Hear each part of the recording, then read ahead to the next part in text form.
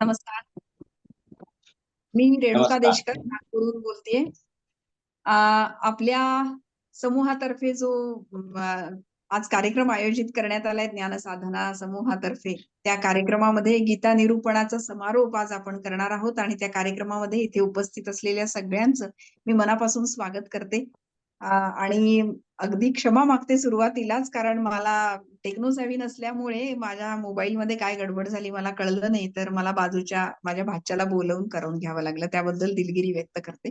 आपण सगळे मिळून आजच्या कार्यक्रमाला सुरुवात करूया. सगळ्यांचं स्वागत करते आणि सगळे मिळून आपण आपल्या सद्गुरूंना प्रणाम करूया आणि त्यासाठी सगळे मिळून म्हणूया, ब्रह्मानंदम परमसुखदम केवलम ज्ञानमूर्ती द्वंद्वातीतम सदृशम तत्वमस्यात् एकम एकम नित्यम वनमचलम विमलमचलं सर्वधी साक्षीभूतम् साक्षीभूतम भावातीतम त्रिगुणरहितम सद्गुरुं नमामि.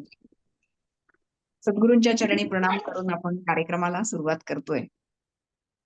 श्री धनंजय दीक्षित यांनी संस्कृत ज्ञानसाधना संस्था याची स्थापना केली आणि सुरुवातीलाच त्यांच्या प्रती आपण सगळे मिळून एकदा टाळ्या वाजवून त्यांचं स्वागत करूया. कारण एखाद्या तंत्रज्ञानाचा योग्य वापर करत स्वतःच्या आणि समाजाच्या सुधारणेसाठी आपण त्या तंत्रज्ञानाचा कसा उपयोग करू शकतो याचं उत्तम उदाहरण या समूहाने आपल्याला दाखवून दिलेलं आहे. हा समूह आपल्यासाठी एक आगळा वेगळा आणि आपल्या जीवनाला दिशा देणारा असा समूह आहे. श्रीमद भगवद्गीतेचं विदुषी मृणालताई विप्रदास यांचं रसाळ निरूपण आपण सगळ्यांनी ऐकलं. 19 नोव्हेंबर 21 पासून 25 मे 2024 पर्यंत आपण दररोज हे ऐकत होतात. समूहामध्ये जवळपास 800 ते 900 लोकांनी याचा लाभ घेतला.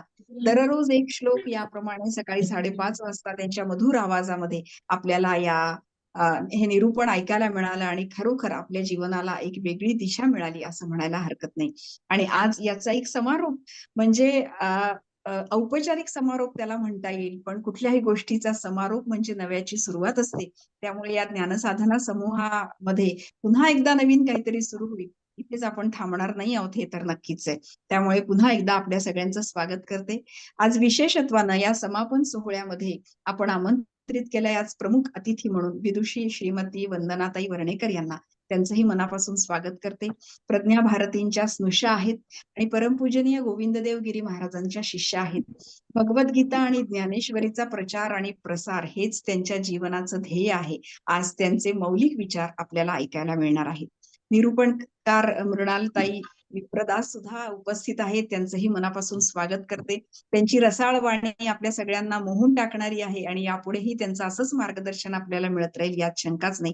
त्यांचंही स्वागत करते आणि आजच्या कार्यक्रमाला सुरुवात करावी अशी विनंती संजीवनी भावे यांना करते. मंगलाचरणाने त्या कार्यक्रमाला सुरुवात करतील. संजीवनी भावे. हो. विघ्नेश्वराय सूर्याय लंबोदराय सकलाय जगद्हिताय नागाननाय श्रुतियज्ञ विभूषिताय गौरीसुताय गणनाथ नमो नमस्ते. गौरीसुताय गणनाथ नमो नमस्ते. धन्यवाद संजीवनीताई. यानंतर या कार्यक्रमाला पुढे नेत आपल्या सगळ्यांना माहितीच आहे की आपण दीपप्रज्वलन करतो.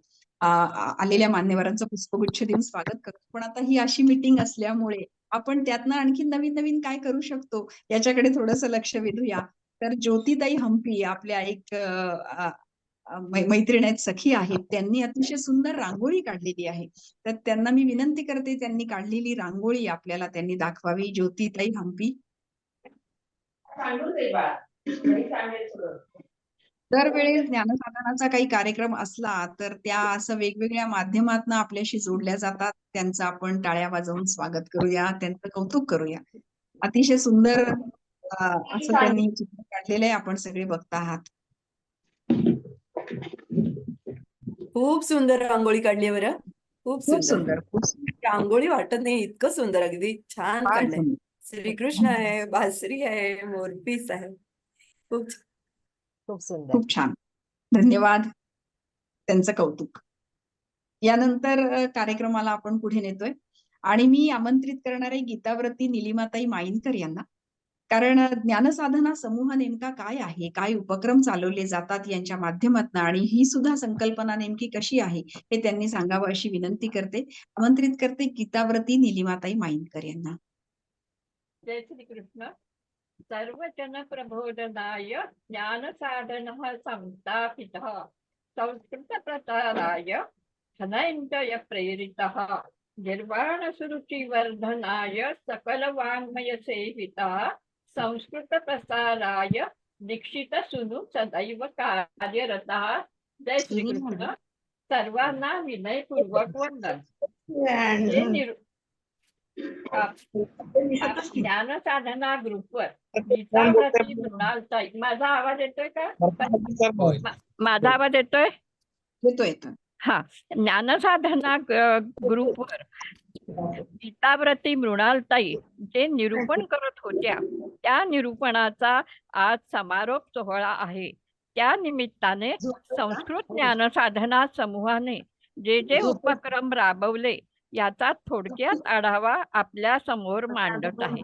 19/11/2021 ते 25 मे 2024 या कालावधीत गीताव्रती मृणालताईंनी एक गीतेचा श्लोक आणि एक ज्ञानेश्वरीचा श्लोक असे सुश्राव्य निरूपण केले आणि त्याचा आपण लाभही घेत होतो. या उपक्रमाबरोबर या ग्रुपवर नीतिशतक, गणेश पुराण या उपक्रमाबरोबर या ग्रुपवर नीतिशतक, गणेश पुराण, अष्टवक्र गीता, हरिपाठ, मनाचे श्लोक, देवी भागवत इत्यादी विषयांवर निरूपण साजरी झाली. नवीन उपक्रमात गीता अंताक्षरी, सुक्ती शतक, रामरक्षा स्पर्धा, वदतु संस्कृतम वर्ग, उपनिषद वर्ग, कंठस्थीकरण वर्ग राबवले गेले. या उपक्रमांचा उद्घाटन आणि समारोप सोहळाही साजरा केला गेला होता.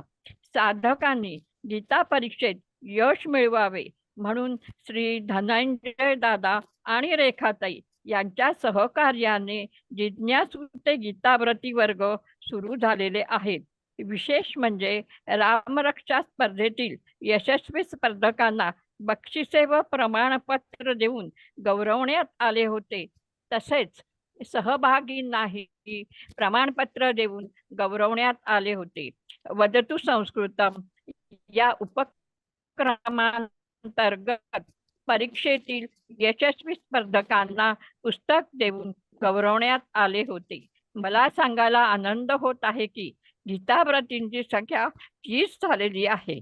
सध्या दर रविवारी पहाटे 5:30 ते 6:30 या वेळेत माननीय श्री अतुलजी गोरे यांचे उपनिषद यावर निरूपण चालू आहे.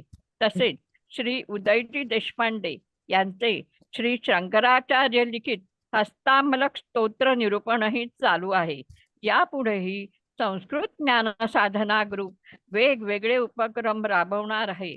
याचा आपण लाभ घेण्यासाठी सदर ग्रुपला सबस्क्राईब करावे ही विनंती. जय श्री कृष्ण.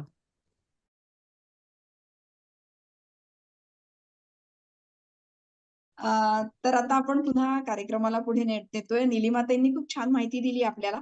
आता मी याच्यावर आमंत्रित करणारे आराध्या भिडे हिला. आपण सगळे जाणताच आराध्या अतिशय छोटीशी 6वीतली मुलगी आहे आणि शृंगेरीची परीक्षा देऊन ती गीताव्रती झालेली आहे. तिला आता आपण आमंत्रित करणार आहोत. तिचा अनुभव आपण ऐकणार आहोत. इतक्या छोट्या वयामध्ये गीता संपूर्ण कंठस्थ करून तिला नेमका काय अनुभव आला आहे तिच्याकडनं जाणून घेऊया. आराध्या. जय श्री कृष्ण. जय श्री कृष्ण. शृंगेरी परीक्षा यशाचे गमक. कोरोना आला आणि शाळा बंद झाल्या, पण त्याच वेळी पवित्र श्रीमद भगवत गीता शुद्ध उच्चारणासह कंठस्थ करण्याची संधी गीता परिवारमुळे प्राप्त झाली. घरी राहून सर्व अध्याय कंठस्थ करून गीताव्रती होण्याचे सद्भाग्य श्रीकृष्ण कृपेने प्राप्त झाले. त्यावेळी L4 मध्ये आदरणीय मृणालताईंचे मार्गदर्शन लाभले. त्यानंतर शृंगेरी परीक्षेची माहिती आदरणीय रेखाताईंकडून मिळाली. त्यांनी केवळ माहिती न देता त्यासाठी लागणाऱ्या ग्रुपमध्ये सामील करून घेतले व वेळोवेळी परीक्षेच्या तयारीसाठी मार्गदर्शन केले.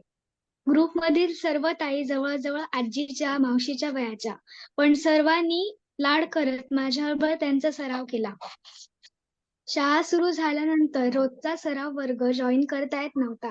तरी देखील सर्व ताईंनी मला सांभाळून घेत माझे पाठांतराचे सातत्य टिकवून ठेवले. भगवंताचे नित्यस्मरण व अढळ श्रद्धा आपल्याला कायम प्रेरणा देत राहते. श्री शृंगेरी पीठात परीक्षा देण्याचा अनुभव देखील अद्भुत असाच असतो. सर्व गुरुजी वर्ग व प्रत्यक्ष स्वामी यांच्याकडील सात्विक शांतता आपल्याला दिव्य अनुभव देते. ही परीक्षा सामूहिक तसेच वैयक्तिक स्तरावर घेतली जाते. त्यासाठी सर्व जणांचा एकमेकांबरोबर समन्वय असणे गरजेचे असते. वर्षभर ऑनलाईन भेटत असलेले आम्ही ऑफलाईन पहिल्यांदाच भेटलो. पण जणू काही आम्ही एकाच घरचे, खूप ओळखीचे वाटत होतो. त्यात शृंगेरीचा नयनरम्य परिसर, नदीचा घाट व आश्रमात प्रसन्न शांत वातावरण यामध्ये दडपणाशिवाय परीक्षा पार पडली. भगवंताचा आशीर्वाद मिळाला. यातून अजून काय मिळाले तर प्रसन्न स्पंदने, चेतना, आत्मविश्वास वाढला, शुद्ध उच्चारणाचा सराव झाला. लहान वय असल्यामुळे सगळ्यांकडून भरभरून प्रेम, आशीर्वाद मिळाला व लाडही झाले. श्रीमद भगवद्गीता आता कायम बरोबर असते. श्रीकृष्ण माझा सखा सोबती, भक्तीचा परिमळ अवतीभवती. जय श्रीकृष्ण. जय श्रीकृष्ण. खूप खूप कौतुक तुझं, आणि तुला पुढच्या सगळ्या आयुष्यामध्ये असंच सुयश मिळत राहो यासाठी भगवंता चरणी प्रार्थना. मनापासून धन्यवाद तू इथे आलीस आणि बोललीस त्याबद्दल. आपण सगळेजण माझ्याकडनं भगवद्गीता शिकले, पण जेव्हा शृंगेरीला जाऊन अशी मुलगी बक्षीस मिळवून येते ना, तेव्हा जो आनंद होतो ना शिकवण्यातला, सॅटिस्फॅक्शन म्हणतो ना आपण, ते अशा तुझ्यासारख्या मुलीकडनं झाल्याचं कौतुक. म्हणजे हे मला वाटलं की तू अशी जाऊन आलीस ना, वा, अशा सगळ्यांनी जायला पाहिजे, असं वाटलं. जय श्रीकृष्ण. आणि सगळ्यांनी प्रेरणा घ्यावी असंच आहे. कौतुकच करायला पाहिजे आराध्याचं. खूप खूप होय. धन्यवाद. हा, असं म्हणतात की जगणे खोटे मरण खरे रे, सोने खोटे सरण खरे रे. जगणे खोटे मरण खरे रे, सोने खोटे सरण खरे रे. कुठवर वाहून नेशील पैसा, विठुरायाचे चरण खरे रे. हे कळायला लागतं तेव्हा मात्र साठीविठी उलटून गेलेली असते. पण इतक्या लहान वयात हे जर सगळं कळलं तर खरोखरच जीवनाचं एक सुंदर असं चित्र आपल्या समोर उभं राहतं आणि नवीन लोकांना प्रेरणा देणारं असतं. आराध्याचं कौतुक, आणि कार्यक्रमाला आपण पुढे नेतोय. त्यानंतर मी मनुष्य सीमा जन्माचं सार्थक आहे बरं तुझं हे यश. हो, हो. चला पुढे जाऊया. यानंतर गीताव्रती सीमाताई पंडित यांना मी आमंत्रित करते. त्यांना विनंती करते की गीता संकीर्तनाची आताच्या काळात नेमकी गरज का आहे यावर त्यांनी प्रकाश टाकावा. जय श्रीकृष्ण. नमस्कार. आदरणीय व्यासपीठ, उपस्थित गीता परिवाराचे कार्यकर्ते व माझ्या गीताव्रती सर्व बंधू भगिनी, आज आपण मृणालताईंच्या गीता निरूपणाच्या संपन्नतेच्या सोहळ्याच्या निमित्ताने एकत्र जमलो आहोत. मी गीता परिवारात आल्यानंतर प्रथम परिचय रेखाताईंशी झाला. गेल्याच आठवड्यात त्यांनी मला मृणालताईंचे निरूपण पाठवले. मी रोज थोडे थोडे ऐकत आहे व ते ऐकताना मनात विचार आला, हे सर्व तरुणपणीच ऐकायला मिळाले असते तर फार चांगले झाले असते. आणि आमच्या परमपूज्य भक्तराज महाराजांच्या ओळी मला आठवल्या. मेरे मालिक के दरबार में सब लोगों का खाता है, जितना जिसके भाग्य में होता उतना ही वो पाता है. रेखाताईंनी जिज्ञासू, पथिक, पाठक, गीताव्रती असे पाठांतर करून घेतल्यामुळे गीताव्रतींची एक सुंदर टीम तयार झाली व पाठांतराचे, स्वभावातील बदलाचे सुंदर रूप कुटुंबात तयार होऊ लागले. दुसऱ्याकडून स्वभाव बदलण्याची अपेक्षा करण्यापेक्षा आपण आपल्यातच बदल केला पाहिजे हे जाणवले. मला वाटतं गीता कंठस्थीकरणामुळे झालेले फायदे समजू लागले. थायरॉइडच्या ग्रंथी मोकळ्या होतात, वाणी शुद्ध होते, जिभेचा व्यायाम होतो, स्मरणशक्ती चांगली राहते, आध्यात्मिक शारीरिक लाभ होतात, जी आजच्या काळाची गरज आहे. म्हणून आजच्या जीवनात गीता आवश्यक आहे. लहान मुलांपासून ते मोठ्यांपर्यंत सगळ्यांना त्याच्यातून मार्गदर्शन मिळते. हा, असो, बोला. आता सांगण्याचा मुद्दा असा आहे की सध्या सामाजिक जीवनातील कौटुंबिक घडी तर विस्कटली आहे, त्याचबरोबर सामाजिक वातावरण व पर्यावरणही बिघडले आहे. तरुण मुले व्यसनांच्या आहारी जाऊ लागली आहेत.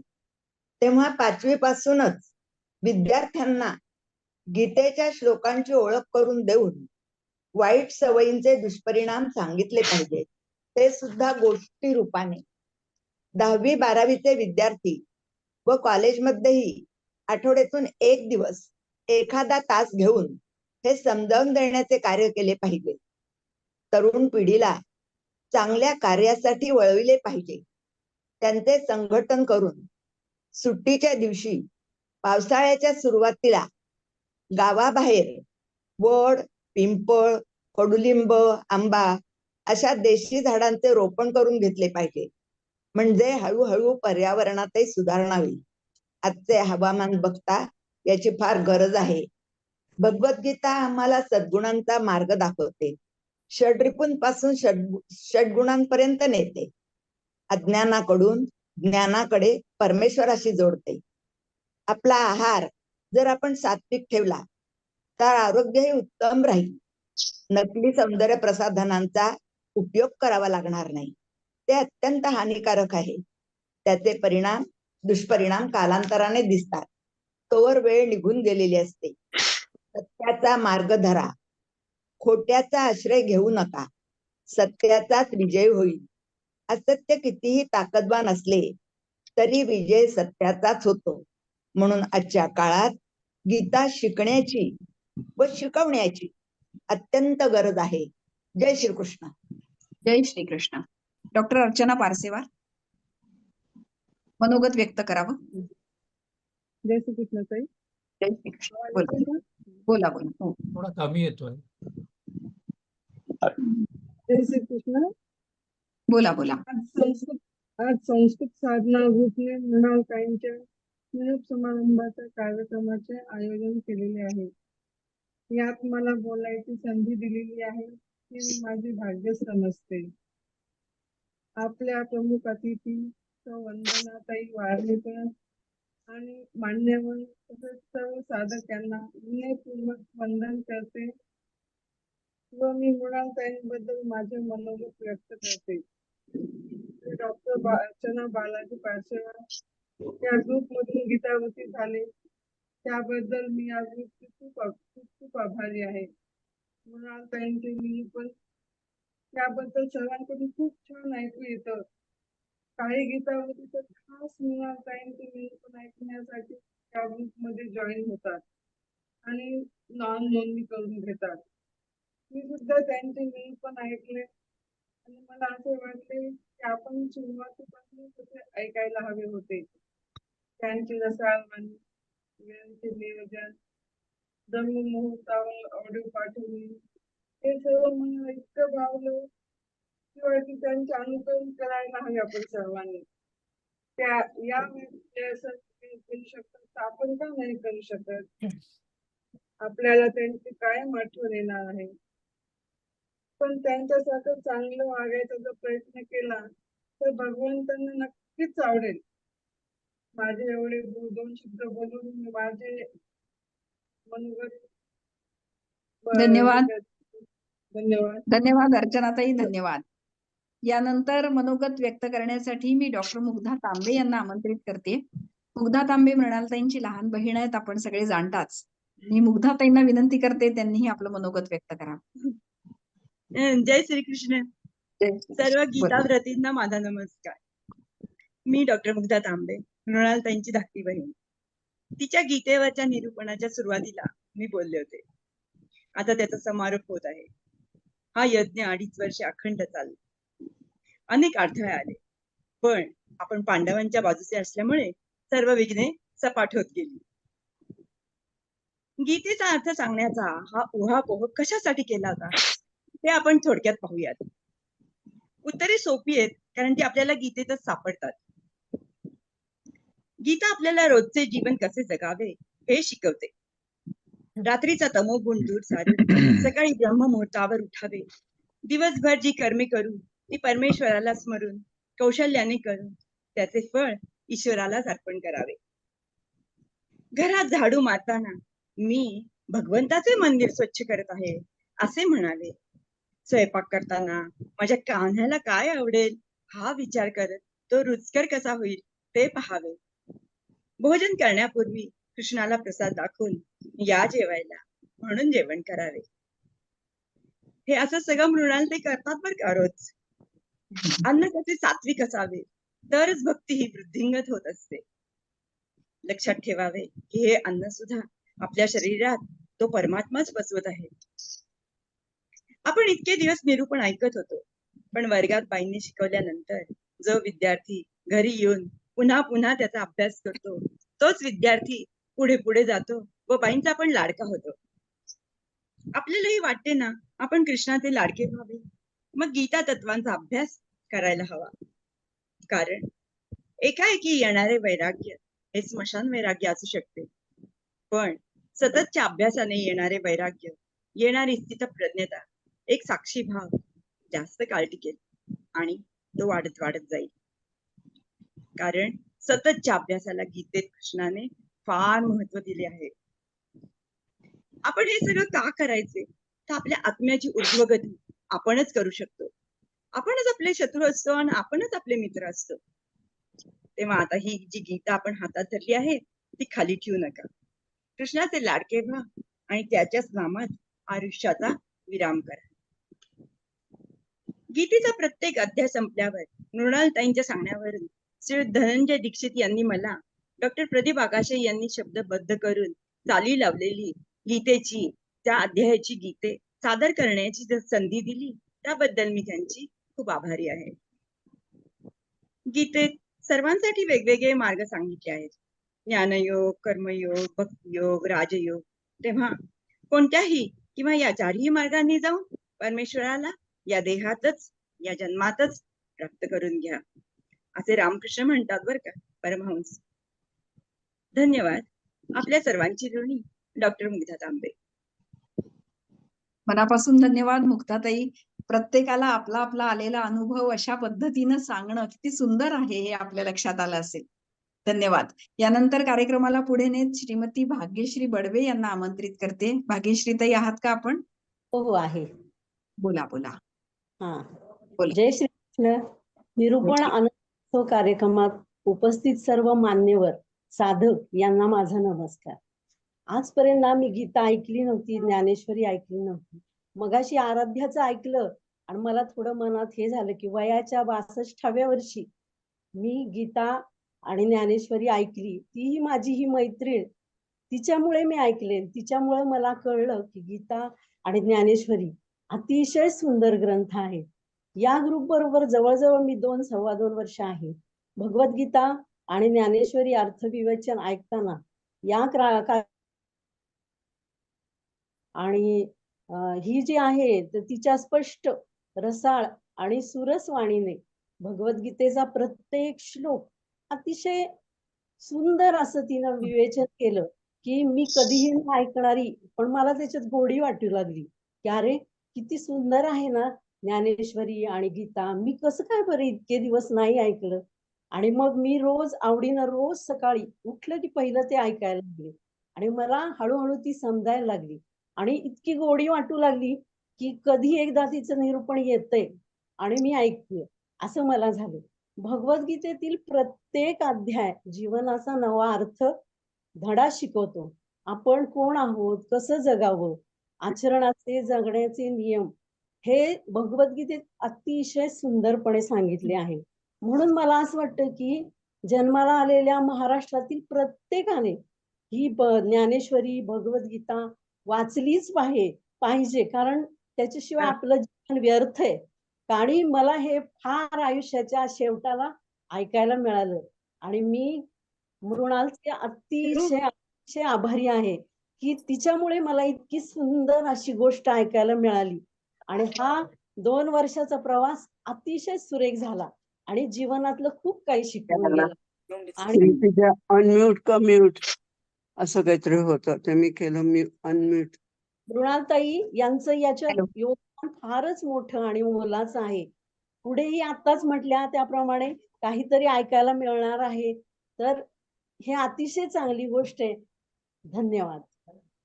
धन्यवाद. खूप मनापासून धन्यवाद. आपण म्हणालात तसं महाराष्ट्रातल्याच नव्हे, जगातल्या प्रत्येकाने गीता वाचली पाहिजे, जगातल्या प्रत्येकाने ज्ञानेश्वरी समजून घेतली पाहिजे. धन्यवाद. यानंतर श्रीमती वंदनाताई पुराणिक यांच्याकडे आपण जातोय. वंदनाताई आपण आहात का पुराणिक? हो, आहे. वंदनाताई आहे आपण आपलं मनोगत व्यक्त करावं हा. अशी विनंती. जय श्री कृष्ण. सर्वांना नमस्कार माझा. मृणालताई म्हणजे उत्स्फूर्त सदा हसरे व्यक्तिमत्व. आमच्या निकष लॉन सोसायटीमध्ये पुणे पाषाण त्यांनी गीता शिकवायला सुरुवात केली होती.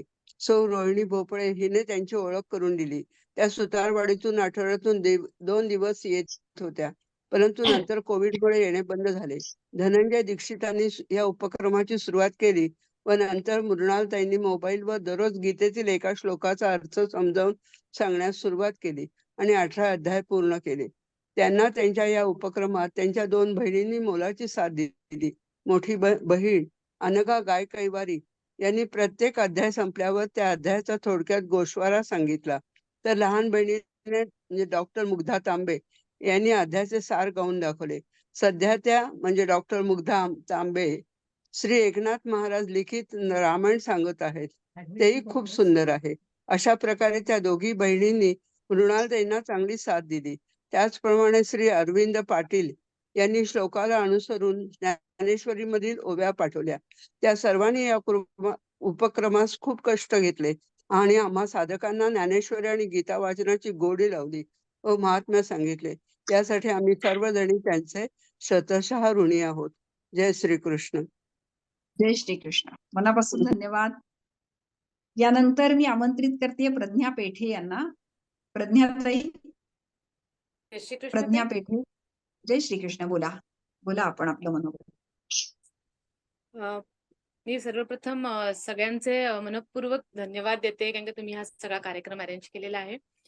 मला वंदनाताई आणि मृणालताई दोघांनाही नमस्कार करते आणि सांगावंसं वाटतं की गीता परिवारामुळे गीतेशी जोडले गेले आणि मृणालताईमुळे ज्ञानेश्वरीशी जोडले गेले आणि तो ज्ञानेश्वरांनी त्याचं बंद गीता करून आपल्याला प्राकृतात आणून दिली आणि ही आणलेली प्राकृतातली सुद्धा माझ्या पिढीला नाही कळत नव्हती अजिबातच आणि ती मृणालताईमुळे त्याची गोडी लागली, त्यातला अर्थ समजत गेला.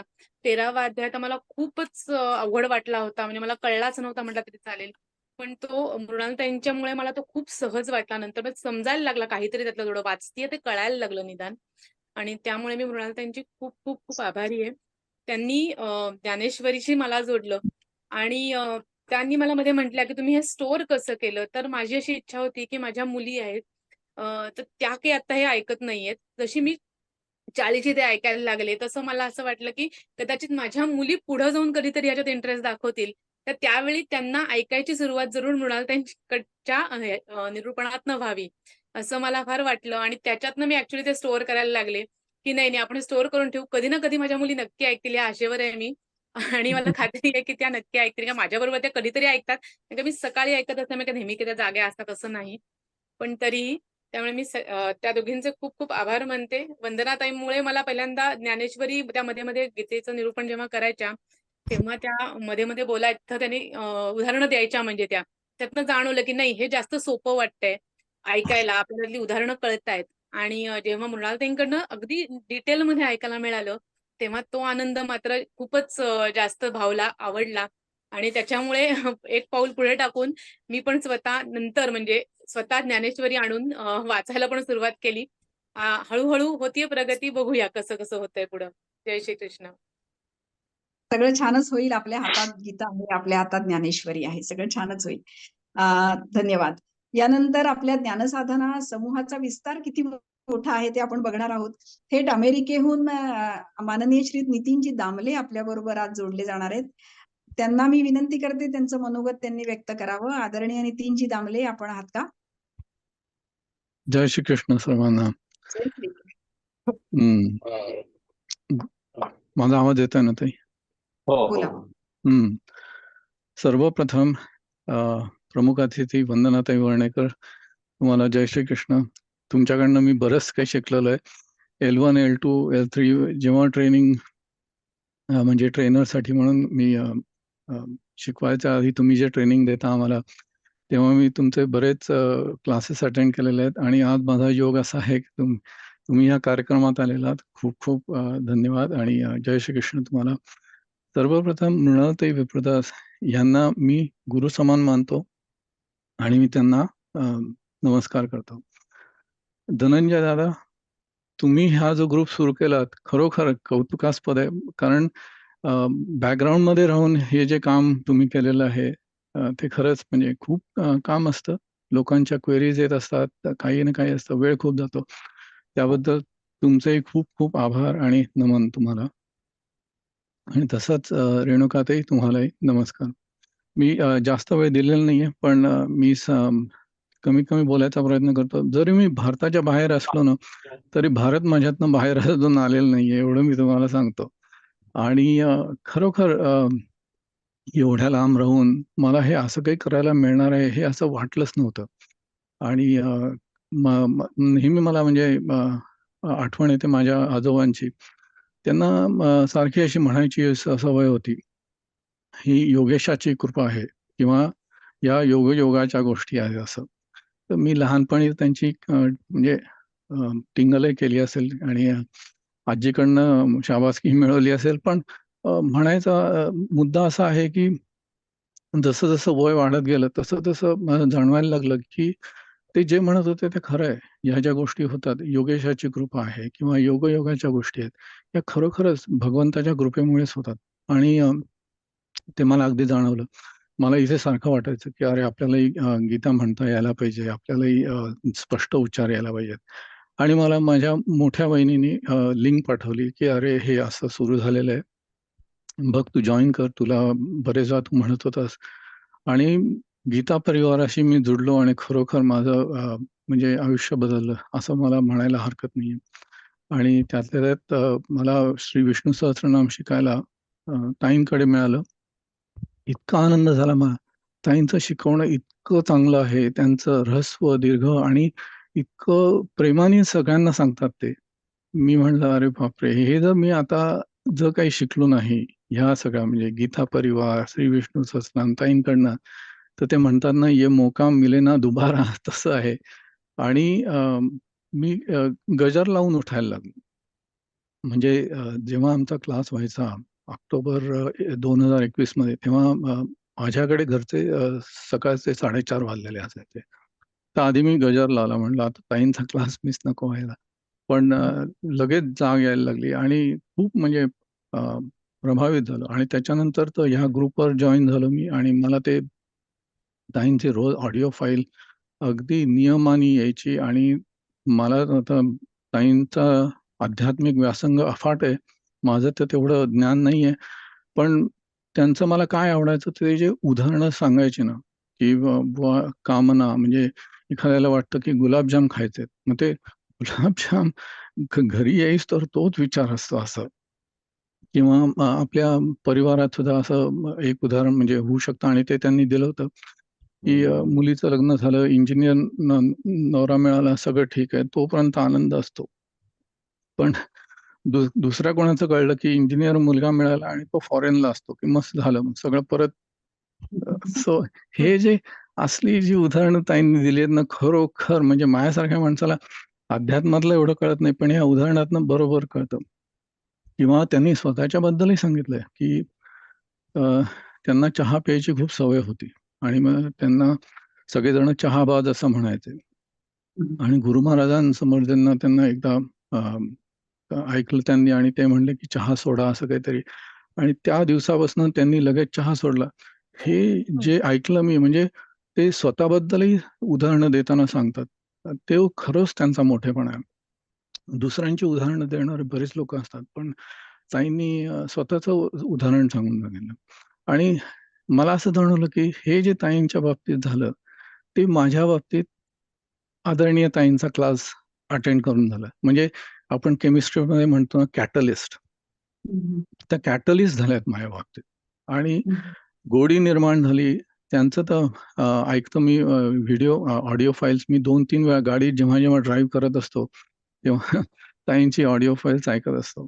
कारण एनिवे मी जास्त बोलत नाही, पण व्हॉट्सअपवर बरेच मेसेजेस येत राहतात. एक मेसेज होता, त्यातलं एक वाक्य मला अगदी आठवतंय.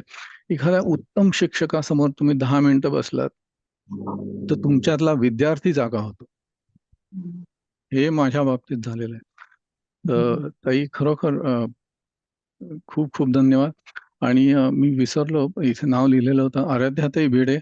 ताई तुमचं खूप कौतुक वाटलं. तुम्ही एवढ्या लहान वयात तुम्ही एवढं सगळं केलंय. खूप खूप तुम्हाला मनापासून जय श्रीकृष्ण. आणि अगदी शेवटचं दोनच मिनिटं, एकच मिनिटं. सीमाताई पंडित यांनी जे म्हणलेलं आहे की आजकालच्या पिढीसाठी काहीतरी केलं पाहिजे आणि हे खरोखरच काहीतरी करायला पाहिजे. नाही तर असं नको व्हायला की वेळ निघून गेला. म्हणजे ताईंनी एका याच्यात उदाहरणात सांगितलं होतं, अध्याय 6व्या याच्यात यम नियम योगासनं आहेत, हे भक्ती आहे, हे सगळं आहे. पण जे अगदी तब्बल लोक असतात आणि तिथे ही जी अशी पायवाट आहे आणि तिथे नदी आहे आणि तिथे घसरड असतं, त्या घसरड्यावरनं अगदी मातब्बर लोक घसरून पडू शकतात. आणि ते सध्या झालेलं आहे सोसायटीमध्ये किंवा पावलोपावली म्हणजे काय म्हणतात मला डायव्हर्जन असं होऊ शकतं. आणि तरुण पिढीचं तर खूप होत चाललेलं आहे. आणि त्यांच्यासाठी आपण जर काही करू शकलो ना, तर त्याच्यासाठी मात्र प्रयत्न खूप सगळ्यांनी अगदी झटून प्रयत्न करायला पाहिजेत. ही अगदी काळाची गरज आहे. एवढं बोलून मी थांबतो. सॉरी मी टाइमच्या ओव्हर गेलो, माफ करा मला. जय श्रीकृष्ण सर्वांना. टाईमच्या वर नाही, आपण खूप छान बोललात नितीनजी. तुमचे विचार आम्हाला खूप आवडले आणि खूप मनापासून तुमचं अभिनंदन. कारण परदेशात राहून आपण हे सगळं करताय आणि आता याचा प्रचार करताय. असं म्हणतात की रोमा मिश्र युनान मिट गए सारे जहां से, रोमा मिश्र युनान मिट गए सारे जहां से, कुछ खास बात है कि हस्ती मिटती नहीं हमारी. असं काय आहे खास आमच्या जवळ, भारताजवळ? ते हे आहे भगवान श्रीराम आणि भगवान श्रीकृष्ण. हे आमचे दोन अतिशय महत्वाचे असे पुरुष आहेत, युग पुरुष आहेत, ज्यांच्यामुळे आपण हे करतोय. हॅलो. हा, नितीन दादा अमेरिकेत आहेत, पण ते ना भारतातनं बाहेर गेलेलेच नाहीत, असं माझं अगदी प्रामाणिक मत आहे. आणि त्यामुळे मी दादांना म्हटलं की तुम्ही प्रोत्साहनपर असं तरुण पिढीला किंवा सगळ्यांनाच, आज ना तरुण पिढीच ह्या अध्यात्माच्या बाहेर असं नाहीये. म्हातारे लोकांना सुद्धा टीव्ही सुटत नाही, सिरियल सुटत नाहीत. अशा लोकांना सुद्धा हे दादांचे विचार जे आहेत ते चुकून जर ऐकले तर त्यांना वाटेल की हा भगवद्गीता ऐकली पाहिजे, काहीतरी ज्ञानेश्वरी ऐकली पाहिजे, काहीतरी या अध्यात्माची गोडी लागली पाहिजे. आणि ना ती गरज आहे त्यांच्या शांत जीवनासाठी. असं जगणं सुसह्य होण्यासाठी हे ग्रंथ फार उपयोगी आहेत. हे त्यांना समजेल जेव्हा ते ऐकतील. आणि हे दादांनी विचार बोलून दाखवले, ते मला खूप आवडलं. जय श्रीकृष्ण दादा. जय श्रीकृष्ण. जय श्रीकृष्ण. जय श्रीकृष्ण सर्वांना. जय आणि माझी आणि मृणालताईंची इंटरॅक्शन अगदी जेव्हा गीता परिवारचा L4 चे 6 अध्याय शिकताना त्या आमच्या ट्रेनर होत्या आणि त्यांनी त्या पद्धतीने अध्याय शिकवायला म्हणजे श्लोक शिकवायला घेतले. त्यामध्ये त्यांनी श्लोक सांगितल्यानंतर आमच्याकडनं म्हणून घेतल्यानंतर त्यांनी थोडक्यात त्या श्लोकाचा अर्थ सांगायला सुरुवात केली आणि ते सर्वांनाच खूप आवडलं. आणि त्यात अजून रुची आम्हाला व्हायला लागली की गीता म्हणजे काहीतरी विशेष आहे. आणि अशा प्रकारे मग 6 अध्याय पूर्ण झाले. त्या शिक्षिका होत्या आणि त्यानंतर त्यांनी हा जो उपक्रम सुरू केला म्हणजे गीता आणि ज्ञानेश्वरीला जोडायचा, तर त्यात मला सुरुवातीपासून मी त्यामध्ये होतो आणि त्यात मी एक त्यांच्या परमिशननी एक काम सुरू केलं की मी त्या ज्या ओव्या सांगायच्या त्यांच्या ऑडिओ क्लिपमधनं, त्या ओव्या मी लिहून किंवा कुठून तरी कॉपी करून ग्रुपवर टाकायला सुरुवात केली. आणि हे करता करता केव्हा 18 अध्याय संपलेत कळलंच नाही. आणि 18 अध्याय संपल्यानंतर मला असं एक सुचलं की गीतेचे 700 श्लोक आणि ज्ञानेश्वरीच्या जवळपास 9000 ओव्या ह्या जर आपण एकत्र आणल्या आणि त्याचा समन्वय जर मृणालताईंच्या ऑडिओ क्लिपमधनं त्याला जोडलं तर ते खूप बरं होईल. आणि म्हणून मी एक ड्राईव्हवर आणि ग्रुपवर शेअर केलं आहे की गीतेचे 700 श्लोक, मृणालताईंचं त्यावरचं निरूपण ऑडिओ क्लिप आणि ज्ञानेश्वरीच्या त्याच्या संबंधित ओव्या असं मी एकत्र आणलंय आणि मी ते शेअर केलं. आणि माझे असं आहे की ते लवकरच खूप खूप म्हणजे जगभर पसरावं, कमीत कमी मराठी भाषिकांमध्ये त्याचा प्रसार व्हावा अशी माझी मनापासून इच्छा आहे. आणि मृणालताईंना मी हे माझं काम समर्पित करतो. धन्यवाद. धन्यवाद अरविंद दादा, तुम्ही खूप महत्वाचं काम केलेलं आहे. कारण आत्ताच्या युगात आताच नितीन दादांनी सांगितलं त्याप्रमाणे कारमध्ये जाताना ऐकावं किंवा घरी बसल्या बसल्या ऐकावं, याच्यासाठी आपण केलेलं काम खूप महत्वाचं आहे. आपले मनापासून आभार. यानंतर कार्यक्रमाला आपण पुढे नेतोय. मगाशी जशी 6वीतली आराध्या आपल्या बरोबर होती, तशा आता 90 वर्षाच्या आजी आपल्या बरोबर आहेत. सिंधुताई बोकील इथे उपस्थित आहेत. मी त्यांना विनंती करते त्यांनी त्यांचं मनोगत व्यक्त करावं. सिंधुताई, ऐकू आलं? आता येतंय. बोला. हा, नमस्कार. आराध्याला बघितलं आणि वाटलं बापरे, मी 85 वर्षाची असताना गीता आणि ज्ञानेश्वरी ऐकणं सुरू केलं. आणि सीमाताईंनी तर सगळा छानच आढावा घेतला. नमस्कार अतिथीगण आणि सगळे साधक मित्र मैत्रिणी.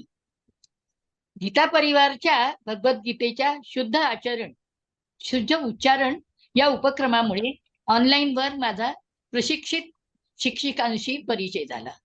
माधुरीताई मराठे, पद्माताई पेठे आणि मृणालताई विप्रदास. श्रीमती मृणालताई बरोबर श्री विष्णू सहस्त्र नामाच्या संस्था वर्गात लाभ मिळाला आणि त्यानंतर जवळजवळ 2.5 वर्षाचा सहवास मिळाला भगवद्गीतेतील 700 श्लोकाचे निरूपण ऐकणं. कौतुकच आहे त्यांचं. गीतेतील एक एक श्लोक महत्वाचा संदेश देणारा आहे हे तर आपल्याला आता कळलं. ज्ञानेश्वर माऊलींनी संस्कृत भाषेतील भगवद्गीता त्या काळच्या मराठी भाषेत ओव्या लिहून सामान्य जनापर्यंत पोहोचवली. निसर्गातील उदाहरण तसं जैसे शारदीयेचे चंद्रकळे माझी अमृत कण कोवळे ते वेचिती मने मवाळे चकोर तलगे तियापरी श्रोता अनुभवावी ही कथा अति हळूवारपण चित्ता आणून या. जणू काही अर्जुनाला समोर पाहूनच लिहिली असावी. जरी ती मराठी भाषा असली तरी समजायला कठीणच. श्रीमती मृणालताई भगवद्गीतेतील प्रत्येक श्लोकातील शब्दांचे अर्थ नंतर संपूर्ण श्लोकांचा अर्थ ग्रहण करून गुणग्रहण करून उदाहरणासहित सध्याच्या मराठी भाषेत सांगत. त्या अनुषंगाने ज्ञानेश्वरी माऊलींनी लिहिलेल्या ज्ञानेश्वरीतील ओव्यांचे रसग्रहण करणं सुरू केलं. मी ज्ञानेश्वरी भगवद्गीता वाचत असते, पण इतका सखोल अर्थ मृणालताईंच्या या निरूपणामुळे समजू शकते. हा एवढा प्रवास करताना, लांबचा पल्ला गाठताना त्यांना अनेक अडचणींना सामोरं जावं लागतं. कधी कधी तर इंटरनेट दगा द्यायचं, पण त्यांची जबर इच्छाशक्ती, चिकाटी, अभ्यासू वृत्ती त्यांचा मनोदय पूर्ण करण्यास कामी आली. घेतला वसा पूर्ण केला 25 मे 2024 रोजी. माझी सकाळ रोज उगवायची. मृणालताईंचा ऑडिओ आला का पाहायचं आणि ऐकायचं. मला काही शंका असेल तर मी त्यांना विचारायची. त्या आपले मत कळवायच्या. त्यांचा परिचय जरी ऑनलाईन वर झाला तरी मला वाटायचं की ही आपली खूप वर्षाची सखीच आहे.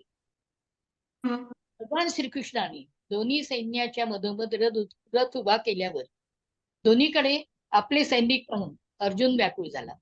परमेश्वराची प्रार्थना करू लागला. मला काय उचित आहे ते सांग, विनवणी करू लागला.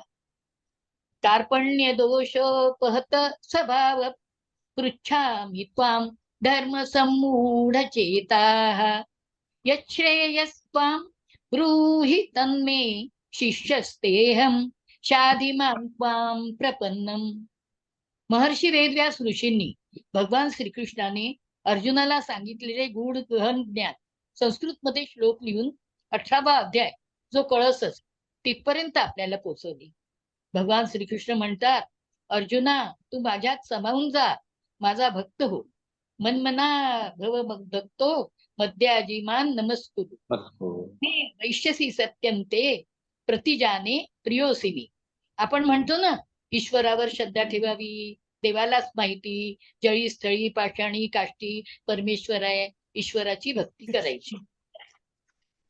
खरंच मृणाल ताई, मला हे सगळं ऐकून जरी खूप उशीर झाला तरी फार मनशांती मिळाली. कर्म करीतच राहायचं शेवटपर्यंत, षड्रिपूवर काबू मिळवायचा आणि स्थितप्रज्ञ होण्याचा प्रयत्न करायचा. नव्या पिढीला चांगले विचार संस्कार द्यायचे, घरी दारी गीतामय वातावरण तयार करायची. प्रयत्नांती परमेश्वर. या आनंदोत्सवात मला सामील होता आलं, याचा आनंद मिळाला. नमस्कार गीता परिवार. धन्यवाद मृणालताई. आभार. जय श्री कृष्ण. जय श्री कृष्ण सिंधुताई. तुमच्या वयाचा आदर करत आणि तुम्ही आम्हाला जी प्रेरणा दिली आता त्याबद्दल तुमचा खूप खूप तुमचे आभार आणि तुम्हाला सादर नमस्कार. धन्यवाद. यानंतर आपण इथे आमंत्रित करणार आहोत अनघाताई गायकईवारी यांना. गीता प्रेरणा गान आणि त्यांचं मनोगत आपण ऐकणार आहोत. घराघरामध्ये प्रत्येक हातामध्ये गीता असावी असा विचार ते आपल्या समोर मांडणार आहेत. आमंत्रित करते अनघाताई गायकईवारी यांना. या मृणालताईंच्या मोठी बहीण आहेत आपण सगळे जाणतो. अनघाताई. नमस्कार. मी अनघा अरविंद गायकईवारी औंध पुणे अशी ओळख करून देऊन प्रत्येक अध्यायाच्या सारांश कथनाच्या वेळी आपली भेट झालेलीच आहे. मृणाल विप्रदास यांनी भगवद्गीता आणि ज्ञानेश्वरी यावर एकत्रितपणे निरूपण करण्यास 19 नोव्हेंबरला म्हणजे तिच्या वाढदिवसाच्या दिवशीपासून सुरुवात केली होती. आणि नेमके त्याच कालावधीत माझ्या गुरु गीता धर्म मंडळाच्या सौ संध्याताई कुलकर्णी यांच्याकडून मी गीता संथा घेत होते. आणि गीता संथाबरोबरच संध्याताई प्रत्येक श्लोकाचे निरूपणही करत होत्या. त्यामुळे माझाही गीता अभ्यास त्याच वेळेला सुरू झाला होता. मृणालताईंच्या 3ऱ्या अध्यायाच्या निरूपणानंतर त्या अध्यायाचा थोडक्यात सारांश रूपाने आढावा कथन करण्यासाठी त्यांनी मला सुचवले. नुकताच अभ्यास सुरू केलेल्या मला ते एक आव्हानच होते खरं म्हणजे, पण मी ते स्वीकारले. संध्याताईंच्या प्रत्येक श्लोकाच्या निरूपणातून संपूर्ण अध्यायाचे केवळ 20 मिनिटांच्या अवधीचे सारांश लेखन मला करायचे होते. पहिल्या वेळी मला ते कसे बसे साध्य झाले, पण झाल्यासारखेच वाटले. पण मृणालताईंनी मात्र ते प्रेमाने स्वीकारले. एवढेच नाही तर पुढील प्रत्येक अध्यायाच्या लेखन आणि कथनाची जबाबदारी त्यांनी माझ्यावरच सोपवली. हे करीत असताना मृणालताई, सौ संध्याताई आणि डॉक्टर मुग्धा तांबे यांचे वेळोवेळी होत असलेले मार्गदर्शन, तसेच माझी मैत्रीण सौ मेधा सोवनी यांच्या भावगीता या पुस्तकातून मिळत असलेले उपयुक्त संदर्भ यामुळे माझी गीताभ्यासाची गोडी वाढू लागली. नव्हे मला त्याची ओढच लागली आणि भगवंतांची ही सेवा माझ्याकडून पुढे घडत गेली. साधक हो, आपणही दरवेळी शांतपणे ऐकून शाबासकीची थाप दिली. संयोजकांनीही उदारपणे कथनाची संधी दिली. आज अशा सर्वांचीच मी अत्यंत ऋणी आहे. आणि हो, आज ही माझी बहीण मृणालचा होत असलेला हा कौतुक सोहळा पाहून मला खूपच आनंद आणि अभिमानही वाटत आहे. आपल्या या निरूपणाच्या प्रयत्नातून भगवद्गीता आणि ज्ञानेश्वरी आज जवळजवळ 2,500पेक्षा जास्त घरांमध्ये पोहोचली आहे. या निमित्ताने स्वाध्याय परिवाराचे श्री पांडुरंग शास्त्री आठवले यांचे असेच एक गीता प्रेरणा गीत मी आज सादर करू इच्छित आहे. घरोघरी आणि करोकरी भगवद्गीता पोहोचण्याच्या या भावना या गीतामध्ये अगदी उत्कटपणे प्रकट झाल्या आहेत. जीवनात न कंटाळता कर्म करण्याचे कळणे, मरणाचे भय वाटू न देणे, आलेल्या परिस्थितीकडे तटस्थतेने पाहून निर्णय घेता येणे, असे अनेक पैलू यशस्वी जीवन जगण्यासाठी गीतेमध्ये सांगितले आहेत. त्याचा समर्पक आशय माझ्या मते या गीतामध्ये उतरला आहे आणि म्हणूनच हे गीत आपल्या पाठ्यपुस्तकांमध्ये असलेल्या प्रतिज्ञेबरोबरच समाविष्ट होऊन रोजच्या रोज गायले जावे असे हे गीता महात्म्य बनले आहे. आज या भगवद्गीता प्रचाराचा एक भाग म्हणून मी हे गीत सादर करते. घरोघरी करो करी गीता जाऊ दे, गीता जाऊ दे. अभ्यासे सगळ्यांशी माधव बोलू दे, माधव बोलू दे. कर्म न टळते कधी कुणाला, या कर्माचा का कंटाळा. उद्योगे मनुजाला विकार जिंकू दे, विकार जिंकू दे. मरणाचे भय का वाटावे, तनी मनाने का गुंतावे. अनादि मी अनंत मी ऐसे वाटू दे, ऐसे वाटू दे. सत्य मधुर वचवदता यावे, तटस्थतेने बघता यावे. ध्येयाचा ध्यास जीवा सदैव लागू दे, सदैव लागू दे. जे जे पटले आचरीन मी, जे जे कळले ते शिकविन मी. कृष्णाशी समरसता अशीच साधू दे, अशीच साधू दे. गीता कळते गाता गाता, गीता कळते जीवन जगता. संस्कारे मज माझा स्वभाव बदलू दे, स्वभाव बदलू दे. जे ज्याचे त्या करता अर्पण, अर्जुन बनतो स्वतःच मोहन. या देही या जन्मी सुराज्य लाभू दे, सुराज्य लाभू दे. घरोघरी करो करी गीता जाऊ दे, गीता जाऊ दे. हे गीत आम्ही रोज पाठ जेव्हा करतो सकाळी 5 ते 8 त्यावेळेला रोजच्या रोज आमच्या पाठाच्या वेळी आम्ही हे गीत म्हणत असतो. धन्यवाद. जय श्रीकृष्ण. जय श्री कृष्ण. धन्यवाद अनघाताई. खूप छान गीत आपण सादरही केलं आणि अर्थात निवडलं सुद्धा खूप छान. खरंच आत्ताची गरज आहे, घरोघरी करोकरी गीता असावी. मनापासून आभार. यानंतर आपण घाईनी पुन्हा कार्यक्रमाला पुढे नेतोय. वीणाताई देव इथे उपस्थित आहेत का? वीणाताई देव. यत् बोला सत्येन वीणा. जगत् सर्वं, यत् प्रकाशेन भाति तत्, यद् आनंदेन नंदति, तस्मै श्री गुरवे नमः. अद्य व्यासपीठेऽस्मिन् उपस्थिताः सन्माननीयाः मृणालताई महोदया तथा अस्माकं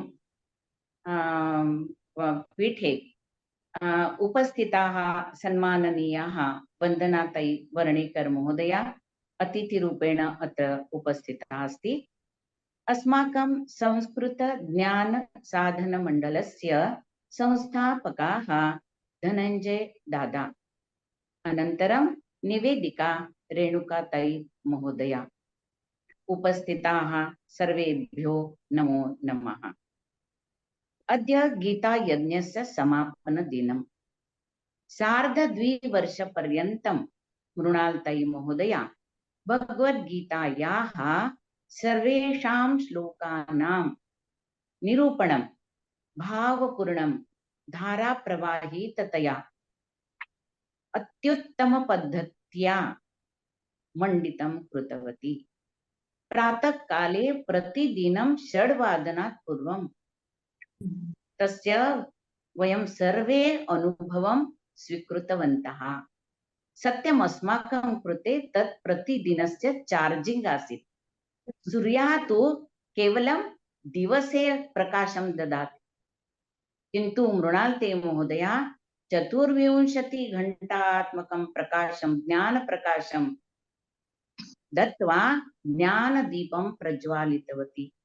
सत्यं धन्यवादः मृणालते महोदया, अस्माकं मण्डलस्य कृते यत् महोदया योगदानं दत्तवती तद्वयं कदापि न विस्मरामः. थोडस मराठी भाषेतून जाऊया. आतापर्यंत आपण भगवान श्रीकृष्णाचं बालरूप, राधाकृष्ण रूप श्रीमद भागवताच्या माध्यमातून अनेक संस्कृत साहित्यातून आपण अनुभवलाय. पण जेव्हा भगवद्गीतेचं वाङ्मय रूप बघायचं आहे असा जेव्हा प्रश्न उत्पन्न होतो तेव्हा काय बरं उघडावं लागतं? श्रीमद भगवद्गीता. आणि त्या वाङ्मयाचं सविस्तर रूप आपल्याला मृणालताईंनी आपल्याला आपल्या निरूपणातून आपल्या सर्वांपर्यंत पोहोचलेला आहे. खूप छान. आता मृणालताईंच्या निरूपणाच्या महत्ता जर सांगायची झाली तर भगवद्गीतेतलं महात्म्य सांगणारा जो एक प्रसिद्ध असा श्लोक, सर्वोपनिषदो गावो दुग्धा गोपालनंदना पार्थो वत्सः सुधीर भोक्ता दुग्धं गीतामृतं महत्. एक एक शब्द मंत्र रूप. मला अर्थ सांगताना सुद्धा मन भारावून गेलाय. कसं आहे बरं उपनिषद? त्यांनी म्हटलं पवित्र अशा गायी. आणि त्याचं दोहन कोणी केलं? तर जो गोपालक आहे, जो गायींच्या सहवासात राहत होता त्या गोपाल नंदनाने केलेला आहे. आणि गाय गोपालक असेल जो त्यालाच हात लावू देते, कुणाच्याही अन्य व्यक्तीकडून दोहन करून घेत नसते. हे विशेष महत्वाचं आहे. पान, दुग्धपान कोणाला दिलं? पार्थवत्साला. जेव्हा पाडस गायीजवळ जातं तेव्हाच गायीला पान्हा फुटतो आणि तेव्हाच ती आपल्याला ती दुग्धपान देऊ शकते. अर्जुन निमित्त मात्र आहे. आपण सारे अर्जुन आहोत आणि आपल्याला त्या अध्यात्म्याची आस होती. आणि ती मृणालताईंनी त्यांनी काय बरं दोहन केलं? गोपालनंदनाने सर्वोपनिषदाचं दोहन केलं.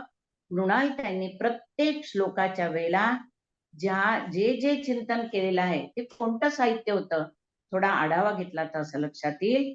परमपूज्य गुरु महाराजांचे विचार, माऊलींच्या ओव्या आणि त्यांचे दृष्टांत, संत रामसुखदास महाराजांचे तत्वज्ञान आणि अनेक संत वाङ्मयांचं चिंतन करून त्याचं सार रूपात आपल्या समोर मंडित केलं. खरंच खूप सुंदर. आणि म्हणून आपला ज्ञानदीप आजही प्रज्वलित आहे आणि पुढेही राहणार आहे. आता एक मला अभ्यास करताना किंवा गीता कंठस्थीकरण करत असताना किंवा गीतार्थ समजून घेत असताना असं लक्षात आलं की काही समान पद असणारे श्लोक आहेत. जसं उदाहरणार्थ यः पश्यति स पश्यति किंवा श्रेयान् स्वधर्मो विगुण परधर्मात् स्वनुष्ठितात् मन्मना भव मद्भक्तो मद्याजीमान नमस्कुरु. हे एकदा आलेले श्लोक पुन्हा 18व्या अध्यायात येण्याचं कारण काय? असा जेव्हा प्रश्न उत्पन्न झाला तेव्हा मृणालताईंचे निरूपण मला मौलिक ठरली. हे विशेष नमूद करण्यासारखं आहे. आणि एक लक्षात आलं की उपनिषदांचं हे एक वैशिष्ट्य आहे की जे त्रिकालाबाधित सत्य आहे ते सत्य पुन्हा पुन्हा सांगणे, पुनरावृत्ती, पौनःपुन्येन अभ्यास म्हणतात. पुन्हा पुन्हा सांगण्याने काय होतं तर जो शिष्य किंवा भक्त त्याचं अज्ञान दूर व्हावं, त्याचा गैरसमज दूर व्हावा. दगडावर नाही का घाणीने तो भगवंताला द्यायचा आहे ना अर्जुनासाठी. आणि म्हणून त्यांनी मानले ते ढोबळ मानले जातात. पण जेव्हा सखोल अभ्यास केला तेव्हा मी 1-2 उदाहरणं मला फक्त वेळ द्यावा अशी मी विनंती करते. श्रेयान् स्वधर्मो विगुण परधर्मात् स्वनुष्ठितात्. हा 3ऱ्या अध्यायात आलेला श्लोक आहे. अर्जुनाने मी माझ्या समोर असणाऱ्यांना मी मारू शकणार नाही, मग मी काय करेल? भिक्षा मागतो. जर क्षत्रियाचा धर्म लढणं हा आहे तर पुरोहितांसारखी भिक्षा मागणे एक क्षत्रियांना लज्जास्पद नाही का? हे लक्षात घेऊन भगवंतांनी काय सांगितलं? परधर्मो भयावहा. हे ढोबळ मानाने विधान झालं. पण जेव्हा 18व्या अध्यायाकडे गेल्यानंतर लक्षात आलं आणि तेव्हा मृणालताईंनी फार सुंदर उदाहरणं दिलेली आहेत. त्या काय म्हणाल्या? शिक्षक आणि विद्यार्थी शिक्षकाला इतर शाळांच्या पेक्षा जर कमी वेतन मिळत असेल, पण म्हणून ते काय विद्यार्थ्यांना शिकवणं सोडतील काय? ते शिक्षक धर्म सोडतात का? नव्हे. किंवा आपल्या पुंडलिकाचं उदाहरण घ्या. पश्चाताप दग्ध होता, पण जेव्हा त्याला त्यांचे डोळे उघडले, मग त्यांनी कितीही यातना सहन कराव्या लागल्या, तरी त्यांनी आईवडिलांची सेवा मन लावून केली आणि आपला पुत्रधर्म पाळला. अशा वेळी भगवंताला विटेवर सुद्धा उभं राहिलं तरी त्याचं त्यांना काहीही वाटलं नाही, कारण पुत्रधर्म महत्वाचा ठरला. नियतीने दिलेलं जे कर्म ते नियत कर्म म्हणजेच स्वधर्म. आता आपण लक्षात घेऊया त्याचं उत्तर कुठे दिलं बरं. जेव्हा पहिल्या याच्यात सांगितलं त्यांनी या परदांना त्यांनी सांगितलं 18व्या अध्यायात पहिली ओळ तीच आहे, पण दुसरी ओळ आहे स्वभाव नियतं कर्म कुर्वन् न आपनोति किल्बिषम. किल्बिषम पाप त्यांना लागत नाही जो स्वधर्म पाळतो, नियतीने दिलेला धर्म पाळतो. त्याची पूर्णता आपल्याला या याच्यात होते, कारण भगवंतांनी आधीच सांगितलं स्वे स्वे कर्मण्यभिरतः संसिद्धिर् लभते नरः. संत ज्ञानेश्वरांची ओवी मृणालताईंनी जी उद्धृत केली ती अशी, अगा स्वधर्म हा आपला जरी का कठीण जाहला, तरी हाची अनुष्ठीला भला देखे. किती ज्ञानेश्वर माऊली लढिवाळपणे आपल्या अर्जुनाला तो स्वधर्म समजावून सांगतात आहे. तोच लढिवाळपणा मृणालताईंनी प्रत्येक ओवी किंवा दृष्टांत समजावून सांगताना मधुर भावपूर्ण आणि रसाळ वाणीने लढिवाळपणाने तो आपल्याला सांगितला आहे. आणि म्हणून आपल्याला निरूपण अतिशय गोड वाटतात. एक उदाहरण त्यांनी खूप छान दिलं. एखाद्या मुलाची आई सुस्वरूप नाहीये म्हणून मुलाच्या आईवरील प्रेम कमी होतं का हो? किंवा आईचं मुलावरील प्रेम किंवा मुलाचं आईवर असलेलं प्रेम कमी होत नाही. एखाद्या रोगावर कडुनिंबाचा रस हाच जर रामबाण उपाय असेल, तर ती निंबोणी औषध म्हणून घेणे क्रमप्राप्त ठरतच ना.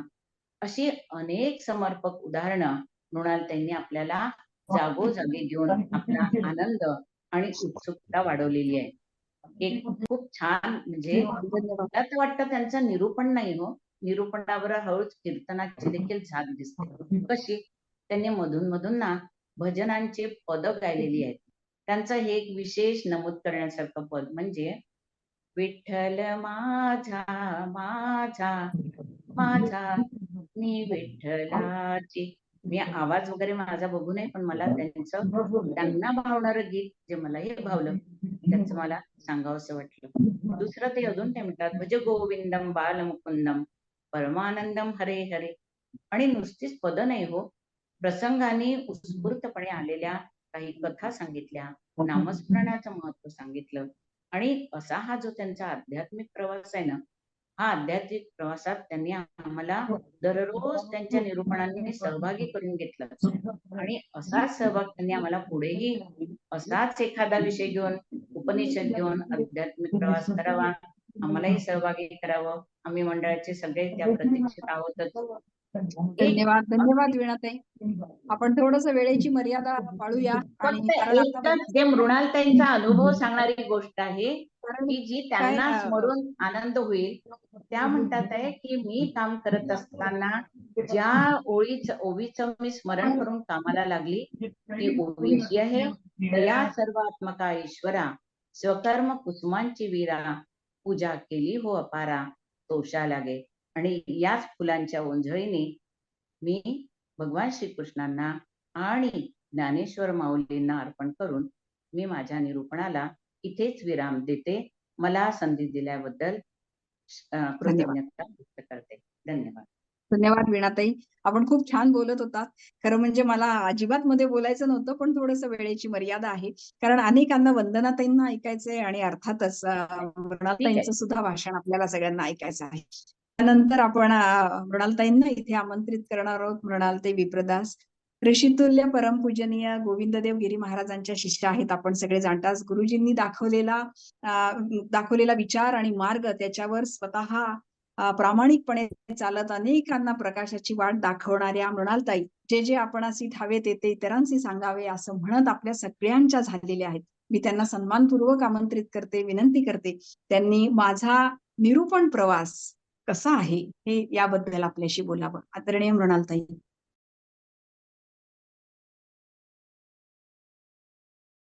माझा निरूपण प्रवास हा हा शब्द मला दादांनी दिला. हेच मला फार आवडलं. हा खरंच प्रवासच झाला माझा. 2.25 वर्षाचा म्हणा. पण हा प्रवास ना सुरू झाला ना तो धनंजय दादांच्या प्रोत्साहनामुळे.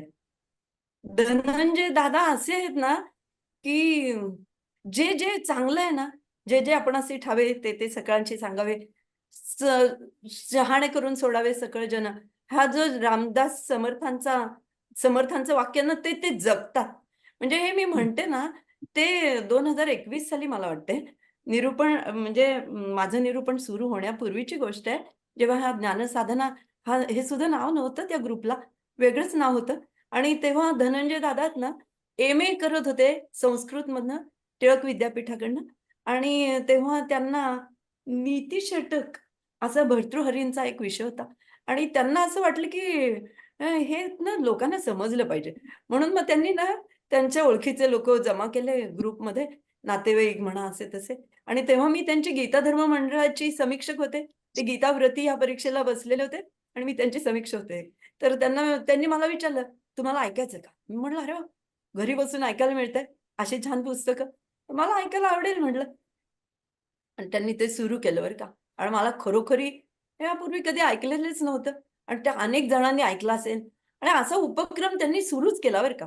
मग समर्थन मला वाटते रामरक्षेवरती नंतर घेतलं आणि नंतर अष्टावक्र गीतेबद्दल उदयदादा देशपांडेंच्याकडून त्यांनी अष्टावक्र गीता हा तर ग्रंथ कोणी हात लावत नाहीत. अत्यंत भीती वाटते हा ग्रंथ पण उदयदादांनी तो इतका रसाळ आणि इतका सोपा करून सांगितला ना, अशा प्रकारचं कार्य केवळ, केवळ आणि केवळ धनंजय दादा करतायत. आणि त्यामुळे म्हाताऱ्या लोकांना ना असे ग्रंथ हाती घ्यायचे भीती वाटते, की होईल का नाही, दिसेल का नाही, वजन त्या ग्रंथाचं उचलेल का नाही, इथपासनं माझी तर तशी अवस्था झालेली आता. आणि तरुण मुलांनी जर कधी थोडासा ऐकला, तर त्यांना त्याच्याबद्दल कुतूहल वाटेल. आणि आत्ताची उपनिषद चालू आहे असलेलं उदयदादांचं असे जे उपक्रम आहेत ना, अत्यंत या समाजाला अत्यंत गरजेचे आहेत आणि ते उपयुक्त आहेत. माझ्या बाबतीत सांगते. जेव्हा त्यांनी जेव्हा अष्टावक्र गीता घेतली, मी ऐकली ती सगळी. आणि तेव्हा मी दादांना म्हटलं, की भगवद्गीतेबद्दल पण घ्या कोणाला तरी. ते म्हणले, "तुम्हीच बोला." तेव्हा ना मी फार माझ्या विश्वात होते. माझे मिस्टर नुकतेच गेलेले होते. आणि मी ह्याच्यावर बोलू शकेन का? माझी मुलगी मला तिच्या घरी घेऊन गेलेली. आणि तिची 2 मुलं म्हणजे 2 माझी नातवंड आणि तिच्या जावेची 2 मुलं असे 4 जण नातवंड. आजी म्हणजे मला सोडायचीच नाही. कारण मी त्यांच्याबरोबर खूप माझं दुःख विसरून मी त्यांच्यात रममाण होत होते. आणि अशा वेळेस आपल्याला अभ्यासाला वेळ मिळेल का? असं मी दादांना म्हटलं, "मला जमेल का?" ते म्हटले, "हे बघा, तुम्ही 5-6 ऑडिओ क्लिप्स बनवा. मी माझ्या समितीपुढे ठेवतो. त्यांना जर आवडल्या तर आपण ते प्रसारित करू." मग ती मला आवडली बरं का आयडिया. म्हणून मग मी 5-6 ऑडिओ क्लिप्स तयार केल्या. त्यांनी दिला. त्याच्यात उदयदादा होते, निलिमाताई होत्या आणि कोणी असतील. आणि त्यांना त्या आवडल्या असं त्यांनी मला सांगितलं धनंजय दादांनी. मग मला म्हणे, "तुम्ही सुरुवात करा आता." मग मी ना पहिल्या 2-3 ऑडिओ क्लिप्स माझ्या गुरु महाराजांना पाठवल्या आणि त्यांना म्हणलं, "असं-असं मला बोलायचंय." त्यांनी त्या ऐकल्यावर का आणि त्यांनी "सुंदर, अवश्य बोला." आणि माझ्या जीवात जीव आला, की चला आपल्याला आशीर्वाद मिळालाय आणि आपण आता सुरू करूया. पण ना हा प्रवास इतका इतका सोपा नव्हता बरं.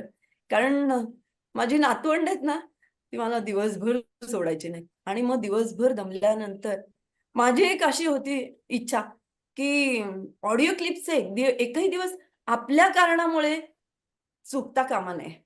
मग ती मुलं झोपल्यानंतर मी अभ्यास करायची. त्याच्यापुढे मला कधी-कधी 12 वाजायचे, की ती ऑडिओ क्लिप बनवायची. आणि मग मात्र दुसऱ्या दिवशी ती पहाटे ती लोकांना मिळायची. अशा प्रकारचा तो माझा आवाज सुरू झाला प्रवास. पहिल्यांदा ना मला खरंच कॉन्फिडन्स नव्हता. मग ना मी पहिली ऑडिओ क्लिप माझ्या बहिणींना पाठवायची आणि मग त्या मला सांगायच्या, "अगं तू याच्यात ना तू खूप फास्ट बोललीस" किंवा आणखीन तू हा एक दृष्टांत दिला असतास तर बरं झालं असतं. मग अशा प्रकारे त्याच्यातनं माझ्या सुधारणा मी करत गेले किंवा घडत गेल्या. आणि ना सगळ्यांना खरं वाटो किंवा न वाटो, मी असं समजते, की माझ्या मुखातनं फिरत असेल किंवा काय असेल, माझ्या मुखातनं हा माझा विश्वास आहे, की मी ह्याच्यात काही नाहीये बरं. आणि मी जे निरूपण केवळ गुरु महाराजांची जी प्रवचनं ऐकली किंवा काही-काही इतर पुस्तकं वाचली, त्याच्यावरनं करत होते. याच्यात माझं शून्य आहे. शून्य आहे. मी याच्यात काही नाहीये. हे नक्की माझा आवाज वापरला देवाने.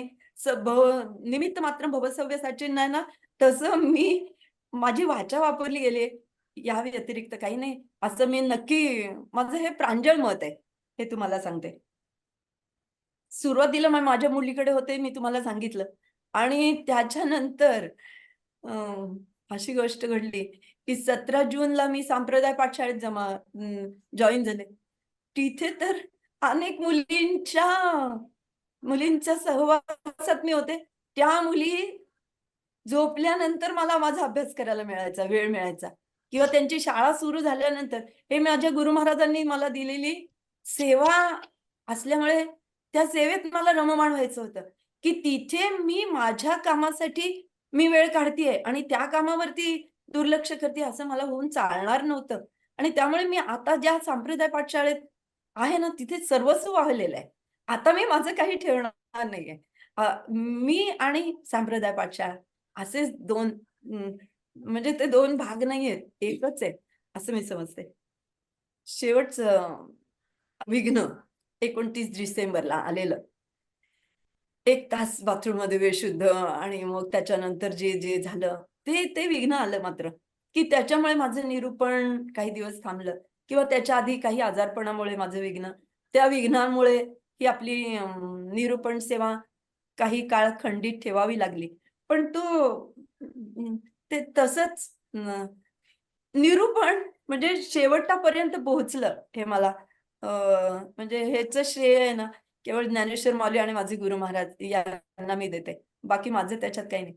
हे सुरू होण्याला जसे धनंजय दादा कारणीभूत आहेत ना, तसे मी L4ला आता अरविंद दादा पाटीलांनी सांगितलं, की मृणालताई आम्हाला L4ला होत्या आणि गीता परिवारचं असं म्हणणं होतं, की एका वाक्यात सुद्धा निरूपण नाही सांगायचं.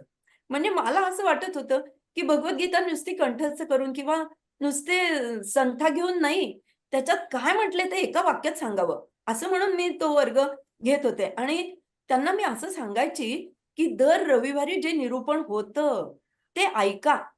ते ऐका. त्याच्यासाठी मी हे तुम्हाला सांगतेय, की अरे या 4 श्लोकात तुम्हाला इतकं छान सांगितलं गेलंय, तेच तुम्हाला रविवारी वंदनाताई सारख्या कोणी उत्तम निरूपणकार त्या गोष्टी सांगतील, हे प्रोत्साहन देण्यासाठी मी ते सांगत होते. पण त्याच्यावरती थोडंसं ऑब्जेक्शन घेतलं गेलं.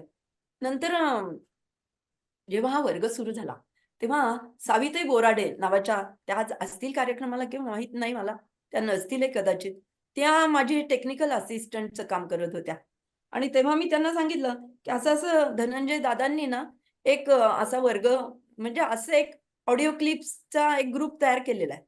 पण ना मला माझ्या काही मैत्रिणी किंवा माझ्या काही बहिणी त्यांना त्या ग्रुपमध्ये ॲड करायचंय. तर तुम्ही मला असा एक ग्रुप तयार करून द्याल का? आणि ती मदत त्यांनी मला केली. पण त्यांच्यावरती असं बरंच काहीतरी की तुम्ही अशा मृणालताईंना मदत करताय वगैरे, वगैरे. त्याच्यावरनं तुम्हाला एकतर त्यांना मदत करता येईल किंवा गीता परिवार सोडावा लागेल. मी त्यांना म्हटलं, "हां, हां. गीता परिवारला अशा शिल्लक कारणासाठी कधीही सोडायचं नाही. गीता परिवारमधले आपण एक आहोत." मग मी गुरु महाराजांना डायरेक्ट फोन केला आणि म्हटलं, "असं-असं होतंय." तेव्हा गुरु महाराज म्हणाले, "हे बघा, आपले प्रत्येक कृती गीता परिवारसाठी आणि मी आहे गीता परिवारचीच आहे. मला वाटतच नाही मी गीता परिवार सोडून हे संप्रदाय पाठशाळा सुद्धा मी गीता परिवारची म्हणून काम करते. असं या मुलींना सुद्धा माहिती आहे, की मी गीता परिवारची आहे आणि मी हे काम करते." अशा प्रकारचा हा माझा प्रवास सुरू झाला आणि त्याच्यात मला मला निलिमाताईंचं मोठं कौतुक वाटतं, की निलिमाताई आहेत ना, त्या माझं निरूपण ऐकणार, त्याच्यावरती स्वतःचं चिंतन करणार आणि ते ज्ञानसाधना ग्रुपवरती पाठवणार आणि ते वाचून लोकांना वाटावं, की अरे ही ऑडिओ क्लिप ऐकावी. धनंजय दादांची ती ही शिस्त होती. पहिल्यांदा जेव्हा माझं निरूपण सुरू झालं, तेव्हा त्यांनी काही लोकांना नेमलं होतं. तुम्ही आज बोलायचं, तुम्ही आज बोलायचं, तुम्ही आज बोलायचं. असं करून तो वर्ग असं मला प्रोत्साहन देत, मी किती घाबरटे त्यांना माहिती असेल कदाचित आणि त्यामुळे त्यांनी हे मला प्रोत्साहन देण्यासाठी सुरू केलं. आणि एखाद्या दिवशी माझा सांप्रदाय पाठशाळा जी मुळशीमध्ये होती, तर तिथे नेटवर्क नसायचं आणि त्यामुळे मी पाठवलेली असायची, पण लोकांपर्यंत ती पोहोचलेली नसायची. मग माझ्या मैत्रिणी विभावरी कुलकर्णी किंवा सिंधुताई आत्ता ज्या बोलल्या त्या किंवा अरविंद दादांनी तर मी ज्या ओव्या सांगणार त्याच ओव्या ते द्यायचे.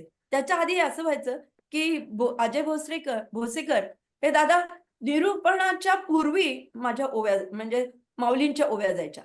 ते रोज 25 ओव्या पाठवायचे. मग मला असं करायला लागलं, की त्यांचं तर म्हणजे त्यांच्या ओव्या आधी संपल्या आणि माझं निरूपण मागे राहायला लागलं. तेव्हा त्यांच्या ओव्या संपूर्ण ज्ञानेश्वरी संपल्यानंतर मला असं करावं लागलं, की त्यांच्या त्या ओव्या शोधायच्या आणि मग ते काढायचं. पण मग त्याच्यावरती अरविंद दादा पाटील दादांनी त्याच परफेक्ट ओव्या पाठवायला सुरुवात केली आणि ते फार उपयोगी झालं. त्याच्यात प्रज्ञाताई पेठेंनी जे काम केलं ना, ते अत्यंत अद्भुत आहे.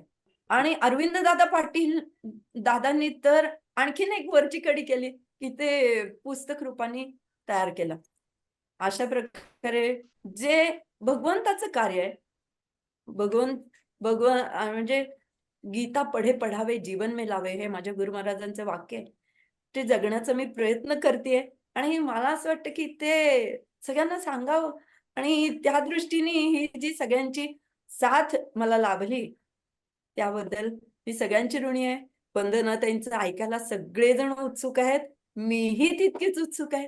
एवढं म्हणून परमपूज्य गुरु महाराजांना आणि ज्ञानेश्वर माऊलींना नमस्कार करून मी माझं 2 शब्द थांबवते. जय श्रीकृष्ण. जय श्रीकृष्ण. जय श्रीकृष्ण मृणालताई. मोगऱ्याच्या फुलाला स्वतःजवळ सुगंध आहे हे सांगावं लागत नाही. वाऱ्याबरोबर तो सगळीकडे सुगंध पसरतो. तसं तुमचं बोलणं आता सगळीकडे पसरलंय आणि आणखी नवीन नवीन काहीतरी ऐकण्यासाठी सगळेजण उत्सुक आहे. आपल्याला ईश्वराने निरोगी दीर्घायुष्य द्यावं हीच त्याच्याजवळ प्रार्थना करते. आपल्या मनापासून आभार मानते. आपल्यावर प्रेम करणारे अनेक लोक आहेत. त्यांच्यापैकी एक असित कुंडू म्हणून आहेत. त्यांनी मृणालताईंवर खूप सुंदर कविता केली आहे. असित कुंडू हे इतिहास आणि हिंदीमध्ये MA केलंय त्यांनी आणि त्यांना मृणालताईंबद्दल काय वाटतं हे काव्य रूपातच त्यांनी सांगितलं. मी असित कुंडू यांना विनंती करते त्यांनी ती कविता ऐकवावी. आदरणीय मृणाल विप्रदाशिका हार्दिक अभिनंदन. आदरणीय मृणाल विप्रदाशिका हार्दिक अभिनंदन. हृदय पुलकित हुआ, हृदय पुलकित हुआ, धन्य प्रभु की दुआ. लिखा मृणाल ताई ने धार्मिक इतिहास, लिखा मृणाल ताई ने धार्मिक इतिहास. धन्य धन्य मृणाल ताई विप्रदास, धन्य धन्य मृणाल ताई विप्रदास. इन्होंने किया भगवत गीता का ओलियो निरूपण, नवयुग का विश्व के लिए नौ धर्माचरण. गीता के साथ ज्ञानेश्वरी का श्लोक जोड़ा, भारत की पुण्य भूमि को नई दिशा में मोड़ा. गीता के साथ ज्ञानेश्वरी को जोड़ा. धन्य परम पूज्य गोविंद गिरी महाराज की शिष्या, धन्य परम पूज्य गोविंद गिरी महाराज की शिष्या. ज्ञान का सूर्य उगा कर दूर की अज्ञान की अमावस्या. जन जन तक पहुंचा रही पसायदान, यह वाक्य यज्ञ स्वतः सिद्ध महान. आप कर गुरु आशीर्वाद का आह्वान, कर रही मानव समाज का उत्थान। गीता ज्ञानेश्वरी गीता ऑडियो निरूपण, एक साथ त्रिज्ञान संगम प्रभु की शरण। त्रिज्ञान संगम लाएगा विश्व में शांति, मिटाएगा जग के अज्ञान की भ्रांति। यह सत्कार सद्भाव बढ़ाने आया, श्रवण भक्ति का नया रूप लाया, श्रवण भक्ति का नया रूप लाया।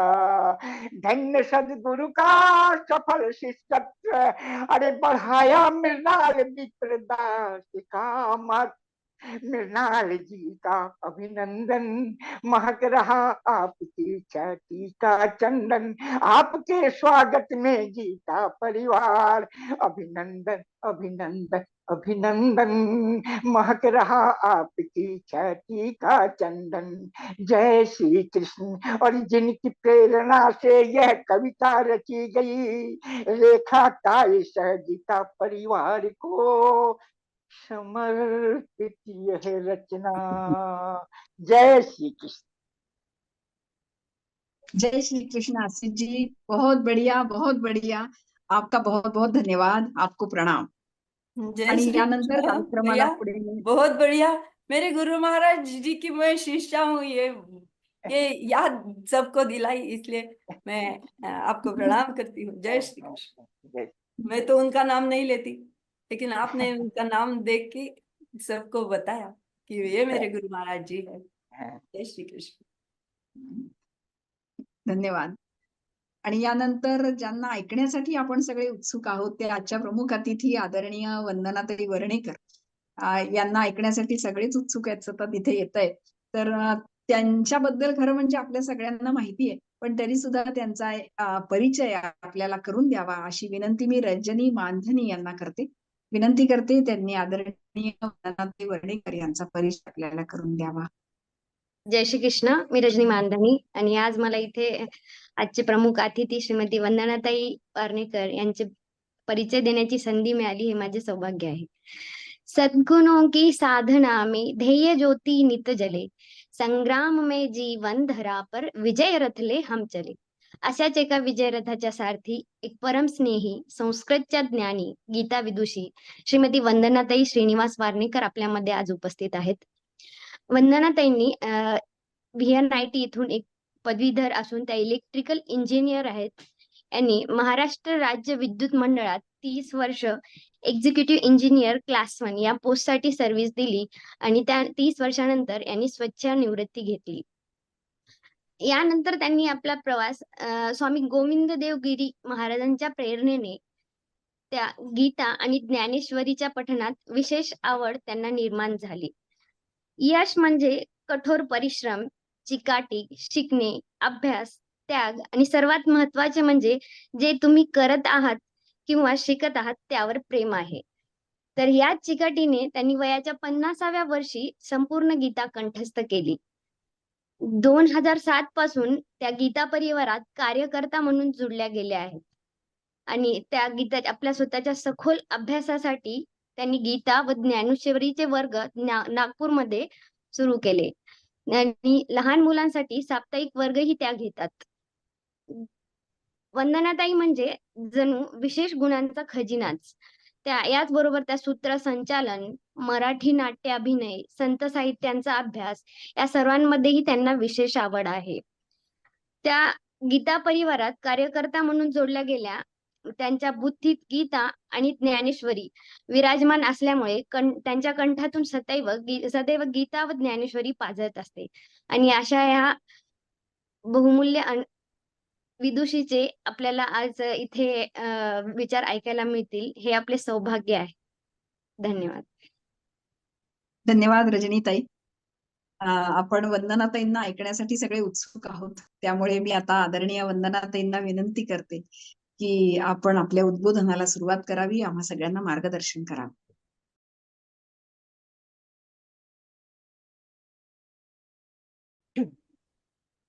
खूप खूप धन्यवाद रेणुकाताई. गुरुर्ब्रह्मा गुरुर्विष्णू गुरुर्देवो महेश्वरः गुरुः साक्षात् परब्रह्म तस्मै श्री गुरवे नमः। यानन्तश्रुतिमन्त्रशक्तिमहती ब्रह्मात्म विद्यावती या सूत्रोदितशास्त्रपद्धतिरतिप्रद्योतितान्तर्द्युतिः या सत्काव्यततिप्रसादितमतिर्नानागुणालङ्कृतिः सा प्रत्यक्ष सरस्वती भगवती मान्त्रायतां भारती। ॐ पार्थाय प्रतिबोधितां भगवता नारायणेन स्वयं व्यासेन ग्रथितां पुराणमुनिना मध्ये महाभारतम् अद्वैतामृतवर्षिणीं भगवतीम् अष्टादशाध्यायिनीम् अम्ब त्वामनुसन्दधामि भगवद्गीते भवद्वेषिणीम्। माता सरस्वती, भगवान वेदव्यास, ज्ञानेश्वर महाराज, सद्गुरू स्वामी गोविंददेव गिरीजी महाराजांच्या चरणी शतशत वंदन आणि आपल्या सगळ्या गीता प्रेमी साधकांना विनम्र अभिवादन। निवेदिका रेणुकाताई देशकर ज्यांच्या अत्यंत रसाळ अशा सूत्रसंचलनाचा आपण अनुभव घेतला। अत्यंत रसाळ असं सूत्रसंचलन करणाऱ्या रेणुकाताई आता आपल्यासाठी ज्ञानेश्वरीच्या ओव्या किंवा संपूर्ण ज्ञानेश्वरी या रेकॉर्ड करून आणणार आहेत। त्यामुळे त्यांचं पण मी विशेष अभिनंदन करते।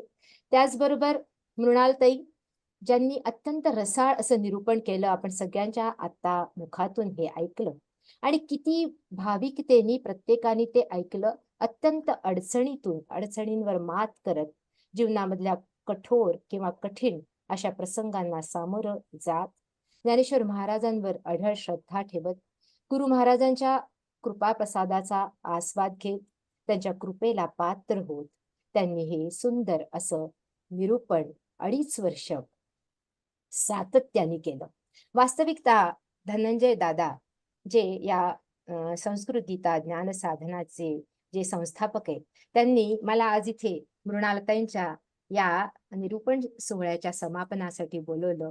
तर यासाठी मी स्वतःला अत्यंत ज्याला आपण म्हणतो की सौभाग्यशाली मानते आणि म्हणून त्यांचे विशेष आभार मानते, कारण या निमित्ताने अनेक गीता प्रेमींचं दर्शन मला झालं आणि कितीतरी सगळ्यांच्या मुखातून गीतेची महती ऐकायला मिळाली। किंबहुना ही इतकी सुंदर ऐकली की मला असं वाटतं की आता याचंही आपण मनन करावं। आणि मृणालताईंचे काही जे ऑडिओज मी ऐकले, त्यांनी सुरुवातीला पाठवले होते, आता धनंजय दादांनी पाठवले, त्यामुळे अत्यंत रसाळ असं निरूपण त्यांनी केलंय। त्यामुळे जास्त काही बोलावं असं मला आता वाटत नाही, कार्यक्रम लांबलेला आहे खरं सांगायचं तर। त्यामुळे तुमची सगळी किंवा तुमच्या धैर्याची किंवा तुमच्या तितिक्षेची मी परीक्षा घेत नाही, पण त्याचबरोबर ज्याप्रमाणे आता सिंधुताईंनी सांगितलं, आराध्याचं सुद्धा मी मनपूर्वक कौतुक करते आणि तिने या वयामध्ये गीता कंठस्थ केली, शृंगेरीला जाऊन आली। त्याचबरोबर आज ज्या लोकांनी इथे सांगितलं की आपण नवीन पिढीसाठी काहीतरी केलं पाहिजे, तर नागपूरचा उपक्रम मी तुमच्या समोर सांगते की नागपूरमध्ये 80 शाळांमध्ये जाऊन आम्ही आता गीता जयंतीच्या दिवशी 2023 साली 23 डिसेंबरला 10,200 विद्यार्थ्यांचा सामूहिक गीता पठणाचा कार्यक्रम परमपूजनीय गुरुदेवांच्या सानिध्यामध्ये इथे संपन्न केला आणि हा उपक्रम आमच्या इथे अत्यंत उत्स्फूर्त नागपूरमध्ये आम्हाला प्रतिसाद मिळतोय शाळांचा, तो पुढेही चालत राहणार आहे। त्यामुळे अशा प्रकारचा हा उपक्रम आपल्या समोर आणण्याचा किंवा ही संधी पण मला मिळाली। त्याचबरोबर ज्याप्रमाणे इथे सिंधुताईंनी आता म्हटलं, खूप वेळ आपला मी घेणार नाही, पण सिंधुताईंनी मृणालताईंबद्दल सांगताना माऊलींच्या काही ओव्या म्हटल्या। ज्याप्रमाणे माऊलींनी सांगितलं की गीतेची महती सांगताना की गीता हे सप्तशती मंत्र प्रतिपाद्य भगवती मोह महिषा मुक्ती आनंदलीसी। गीता ही 700 श्लोकांची सप्तशती आहे आणि दुर्गा सप्तशती ज्याप्रमाणे दुर्गा माता महिषासुराचा वध करते, त्याप्रमाणे आपल्या जीवनामध्ये आपल्या मनात असलेल्या मोहरूपी महिषासुराचा वध करणारी आणि आपल्या जीवनाला एक आनंदाची दिशा देणारी आनंदलीसे म्हटलंय माऊलींनी, अशी ही गीता आहे। आणि म्हणून माऊलींनी 9000 ओव्यांचा स्वरसाज तिच्यावर चढवला। सिंधुताई म्हणाल्या की मृणालताईंचं जे निरूपण होतं ते किती रसाळ असेल याचा मला एक अनुभव आला।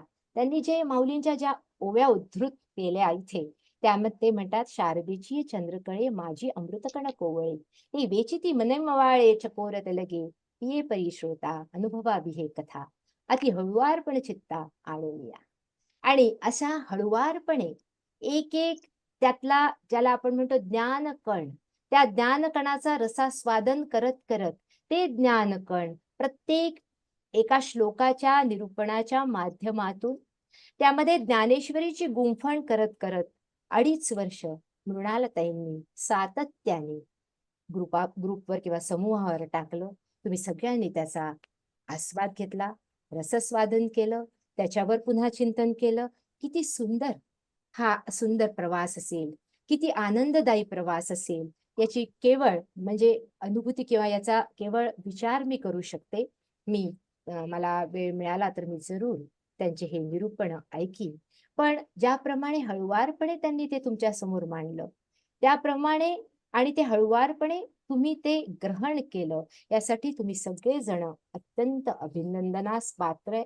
हा प्रवास असाच चालत राहावा, कारण गीता ही वाचून संपत नाही, ती अधिकाधिक खोल आपल्याला अर्थाकडे नेते. ज्ञानेश्वर महाराज ज्याप्रमाणे म्हणतात की तया गीतार्थाची थोरी स्वये शंभू विबरी, जेथ भवानी प्रश्न करी चमत्कारोनी, तेथ हरमणे गाणे निजे, देवी जैसे का स्वरूप तुझे, तैसे नित्य नूतन देखी जे गीतात. माऊलींनी सरळ सरळ सांगितलं, गीतेची थोरवी सांगताना सुंदर रूपक आपल्या समोर मांडलं. आणि जणू काही शंकराला पार्वती विचारते की अरे मला या गीतेची थोरवी सांगा, ज्या गीतेमुळे माणसाला एक नवा दृष्टिकोन प्राप्त होतो, ज्या गीतेमुळे मनुष्याच्या जीवनाचा एक आनंदाचा मार्ग प्रस्फुटित होतो, ज्या गीतेमुळे विषण्ण जीवात्मा प्रसन्नतेकडे चालू लागतो, ज्या गीतेमुळे आनंददायी जीवन कसं जगायचं ते समजतं, अशी ही आनंद यात्रा ठरलेल्या गीतेची महती मला जरा सांगता का? आणि मग ज्याप्रमाणे शंकर आपल्या म्हणजे पार्वतीला हे सांगतात आणि मग आपल्या सगळ्या भक्तांसाठी आपलं ज्ञान खुलं करतात, त्याप्रमाणे ते म्हणतात तया गीतार्थाची थोरी स्वयं शंभू विबरी. शंभू सांगताय जे तर भवानी प्रश्न करी चमत्कार, जिथे भवानी प्रश्न करते ते हरमणे का नेणी जे, देवी जैसे का स्वरूप तुझे, तैसे नित्य नूतन देखीजे गीता.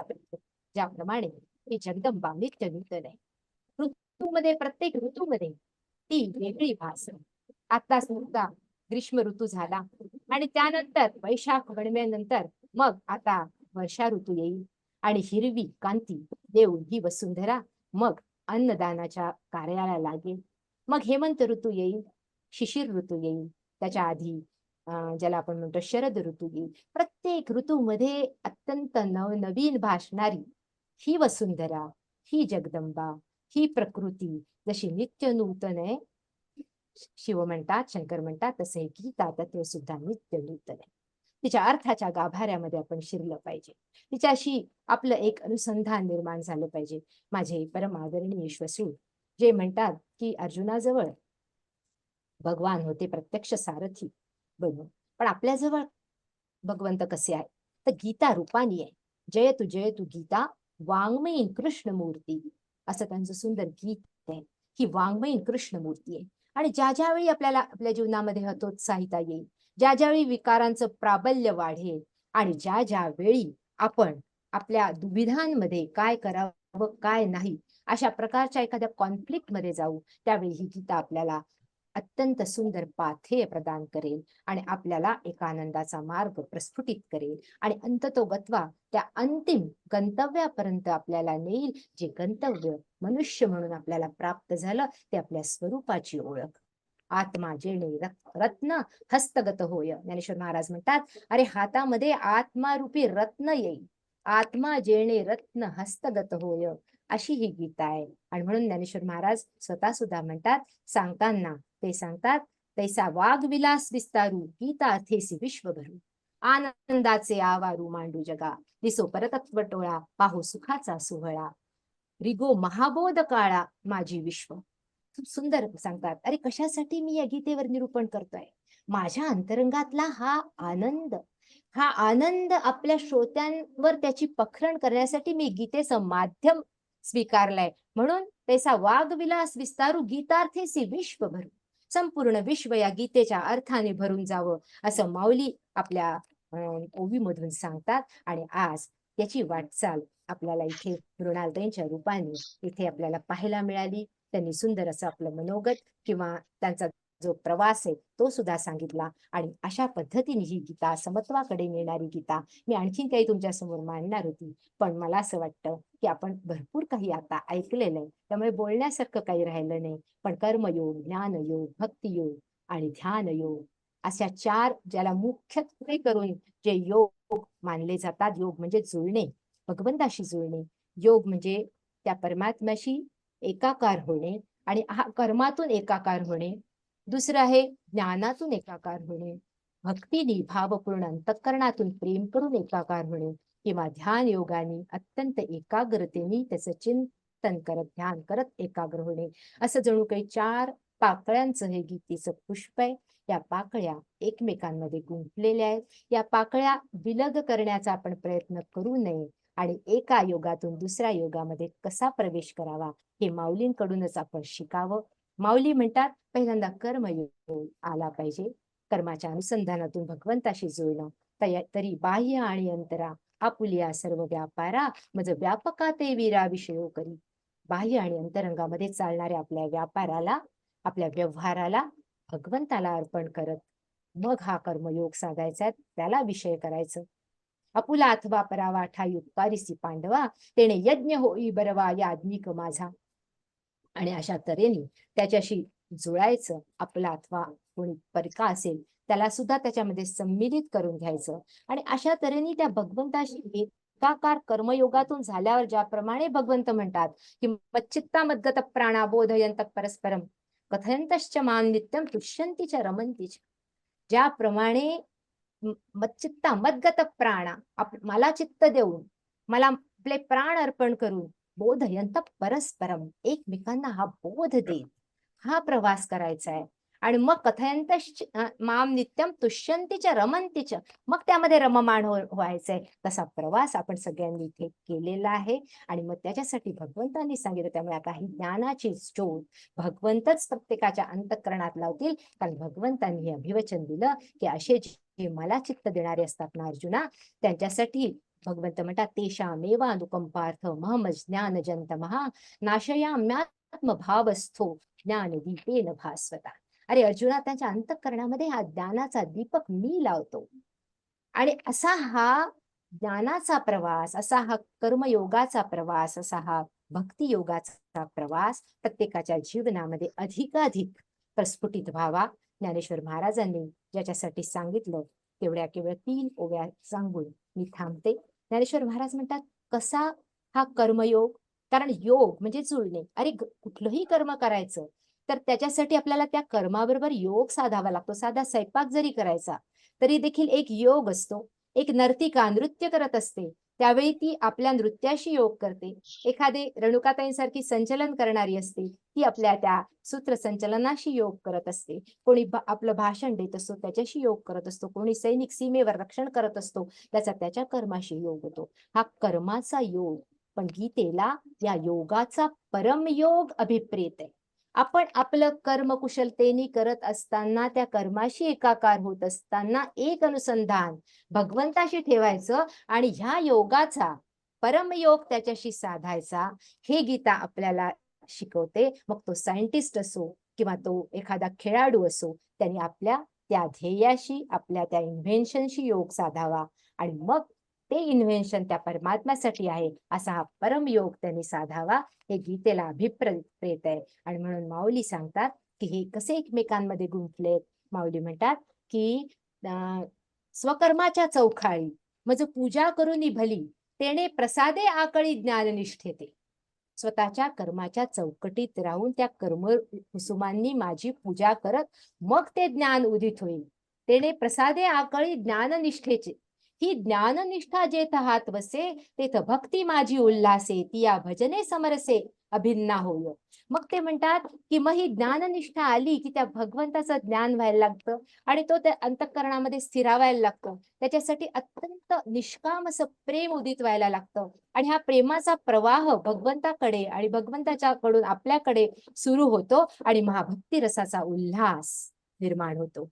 आणि मग ही अभिन्नता त्या परमात्म्याशी अंतःकरणातून निर्माण होते. आणि ती अभिन्नता कशी माऊली म्हणतात, मग अभिन्ना या सेवा चित्त मियाच भरेल जेव्हा, माझा प्रसाद जाणते धवा परिपूर्ण झाला.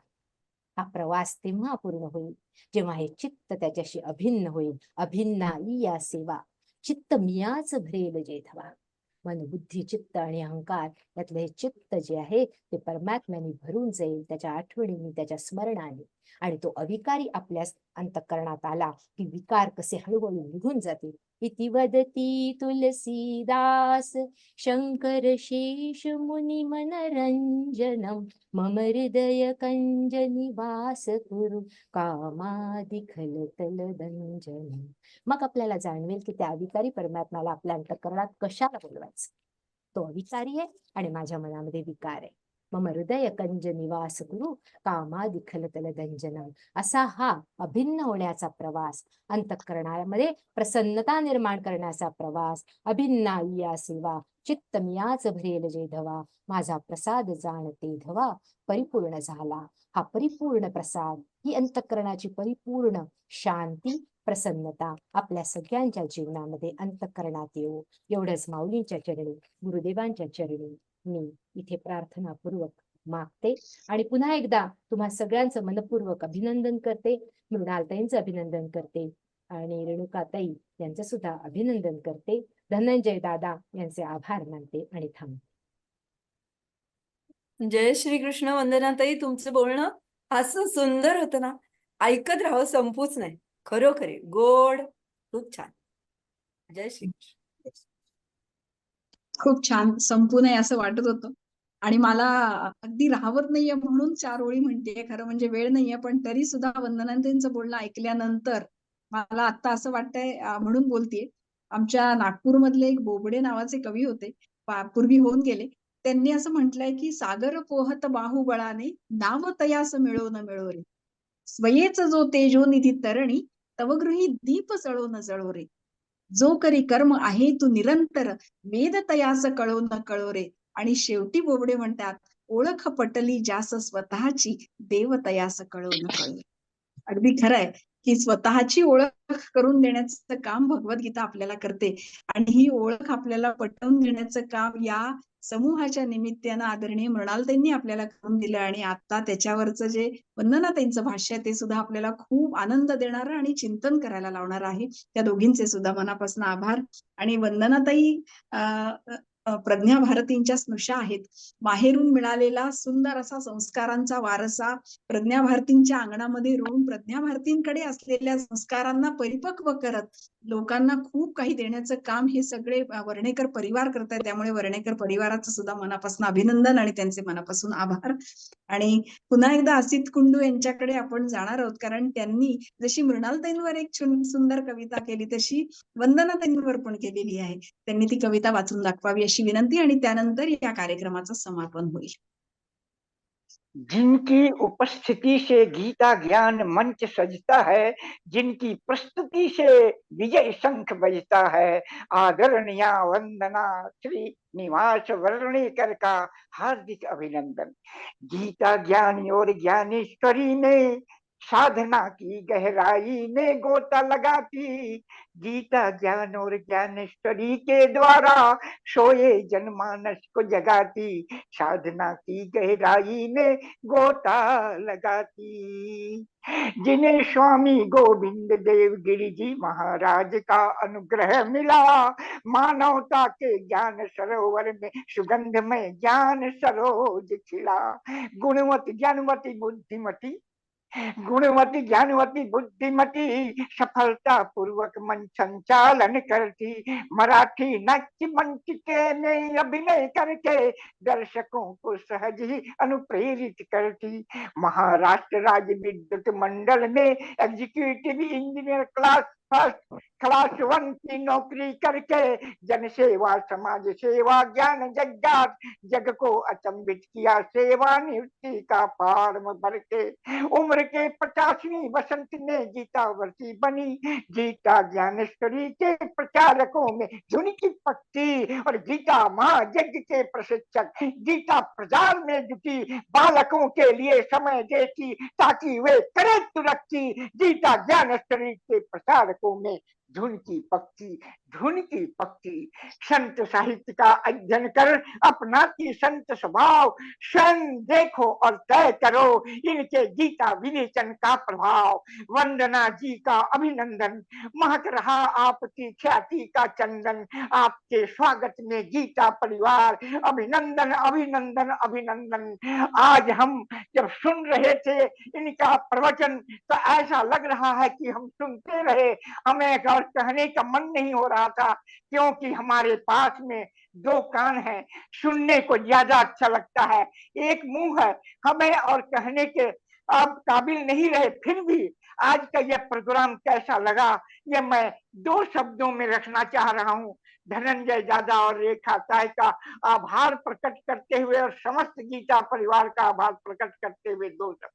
मैं मराठी बोल नहीं पाता हूँ लेकिन थोड़ा थोड़ा समझता हूँ, तो मैं कहूँगा खूब छान यह प्रोग्राम, खूब छान यह प्रोग्राम, चांगला भैया शाम, खूब छान यह प्रोग्राम।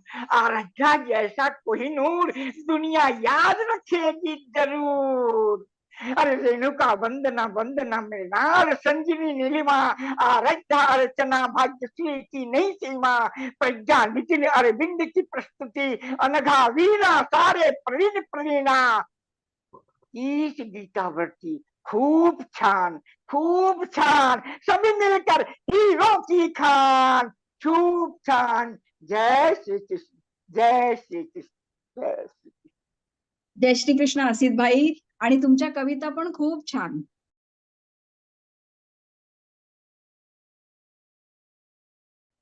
माननीय वंदनाताई, गुरुतुल्य मृणालताई आणि ज्ञानसाधनेवर प्रेम करणारे सर्व उपस्थित साधक. गीता परिवारामध्ये L1 ते L4 असं ट्रेनिंग मिळतं. म्हणजे उच्चारण कसं करावं, कसं म्हणावं आपण प्रत्येक श्लोक याचा सराव करून घेतला जातो. परंतु तेवढ्यावरती काही जणांचं भागत, त्यांना असं वाटतं की आपली गीता पण कंठस्थीकरण झाले पाहिजे. तर त्यासाठी एक पुढची पायरी म्हणून रेखाताई आणि आम्ही असा विचार मांडला की आपण कंठस्थीकरणासाठी काही वर्ग सुरू करावे. खरं म्हणजे काय झालं की ज्ञानसाधनेने एक गीतेवरती अंताक्षरी काढली होती. म्हणजे जवळजवळ 20 साधक त्यात होते आणि 12वा 15वा आणि 16वा अशा 3 अध्यायांवर आम्ही अंताक्षरीचा कार्यक्रम केला. खरं तर ही अंताक्षरी फॅब्रिकेटेड होती, पण हा कार्यक्रम जेव्हा ओपन झाला तर तेव्हा त्यातले इतरही लोक इतके समावेश झाले की आम्हाला कळेना की आपला कोण आणि इतर कोण. म्हणजे इतका तो प्रयोग रंगला. आणि त्या निमित्ताने त्याच वेळी प्रभूने आम्हाला रेखाताई पुसाळकर यांची भेट दिली. आणि त्यानंतर मग कंठस्थीकरणाचा हा जो प्रोजेक्ट आहे किंवा याला आपण एक शाखा म्हणू, रेखाताई ह्या शाखेच्या डीनच होऊन गेल्या. म्हणजे नुसतं तेवढ्यावरच थांबल्या नाही, मग त्यांनी वेगळे वेगळे वर्ग सुरू केले. पहिला वर्ग आम्ही मागच्या वर्षी मार्च मध्ये सुरू केला. तेव्हा सकाळी 5:30ला जयश्रीताई भोसले, नंतर सुजाताताई जोशी आणि रेखाताई पुसाळकर होत्या. तर त्या वर्गातून मग नंतर काही जणांनी जिज्ञासू परीक्षा दिली, पाठक परीक्षा दिली, पथिक दिली आणि गीतावरती पण झाल्या. म्हणजे जवळजवळ 198 जण त्यातनं उत्तीर्ण झाले. म्हणजे वर्गामध्ये असे 500 ते 600 विद्यार्थी होते, पण ज्याची परीक्षा देण्याची मानसिकता होती तसा हा परीक्षांचा क्रम राहिला. आणि नुसतं एवढ्यावर थांबलं नाही, तर गीतावृत्तीनंतर काही जणांनी शृंगेरीमध्ये जाऊन पण उत्तीर्ण झाल्या. म्हणजे उदाहरणार्थ आपण बघितलं आराध्याचं की तिला 21,000चं बक्षीस मिळालं, आणखी पण काही जणांना त्यामध्ये पारितोषिक मिळालं. तर असा हा कंठस्थीकरणाचा प्रयोग जो आहे हा केवळ मला असं वाटतं की रेखाताई पुसाळकर यांच्याचमुळे घडून येतो आहे आणि याबद्दल मी रेखाताईंचे आभार मानतो. त्यानंतर मी वळतो मृणालताईंकडे. मृणालताईंनी सांगितलं की माझा आणि त्यांचा परिचय गीता धर्म मंडळाचा जो प्रोजेक्ट होता, म्हणजे मी तो कोर्स करत होतो एक स्वाध्यायाचा, तेव्हा झाला. बाकी आता मी इतक्या उर्वरित भागामध्ये आलेलो आहे की मृणालताईंबद्दल प्रत्येकाने इतकं उमाळ्याने सांगितलेलं आहे की फारसं मला काही ठेवलेलं नाहीये. आणि नेहमी जो वक्ता शेवटी असतो त्याची हीच पंचायत होते आणि नेमकी माझी ती झालेली आहे. पण हरकत नाही, तरी मला असं वाटतं की दररोज सकाळी जेव्हा 5:30 वाजता जेव्हा मृणालताईंचं निरूपण यायचं ना, तर म्हणजे अगदी त्रिवेणी संगमामध्ये न्हावून गेल्यासारखं वाटतं.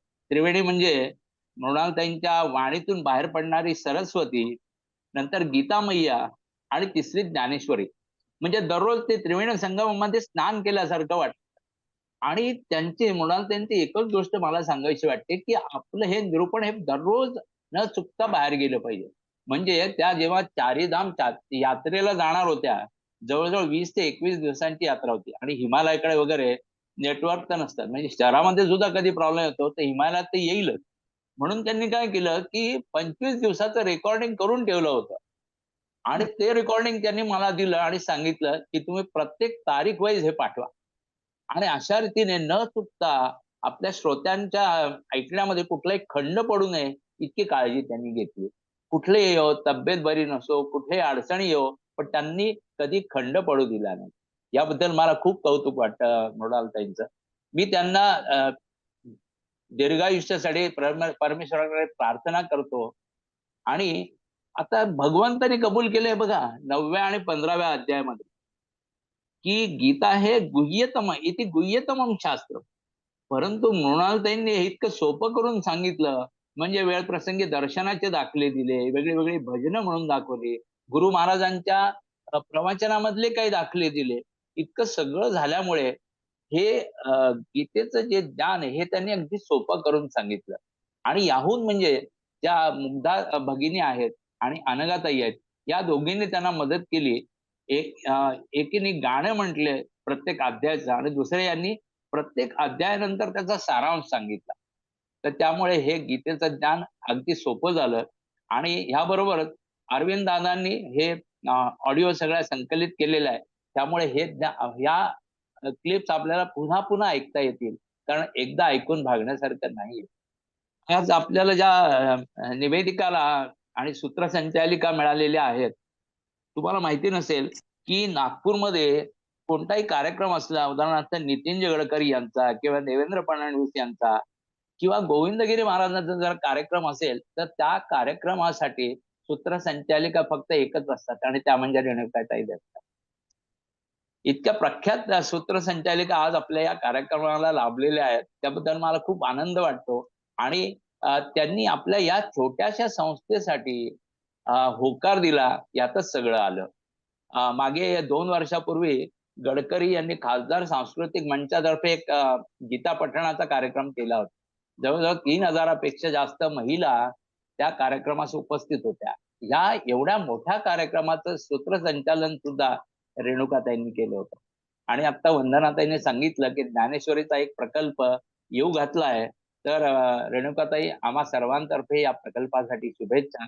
आणि आम्ही वाट पाहतोय की हा ज्ञानेश्वरीचा प्रकल्प केव्हा येतो. वंदनाताई किती व्यस्त व्यक्तिमत्व आहे आपण बघतो. जर युट्यूबवर जाऊन बघितलं आणि वंदनाताई वर्णेकर हे जर नाव दिलं, तर तुम्हाला प्रत्येक अध्यायाचे 2-2 तासाचे व्हिडिओ मिळतील. आपण 3 मिनिटं बोलण्यासाठी एवढी तयारी करावी लागते, तर विचार करा की 2 तास बोलण्यासाठी किती अभ्यास करावा लागेल. आणि आता आपण त्याची प्रचिती घेतली आहे.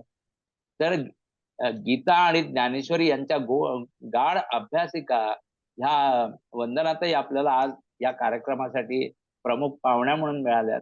याबद्दल मी त्यांचे आभार मानतो.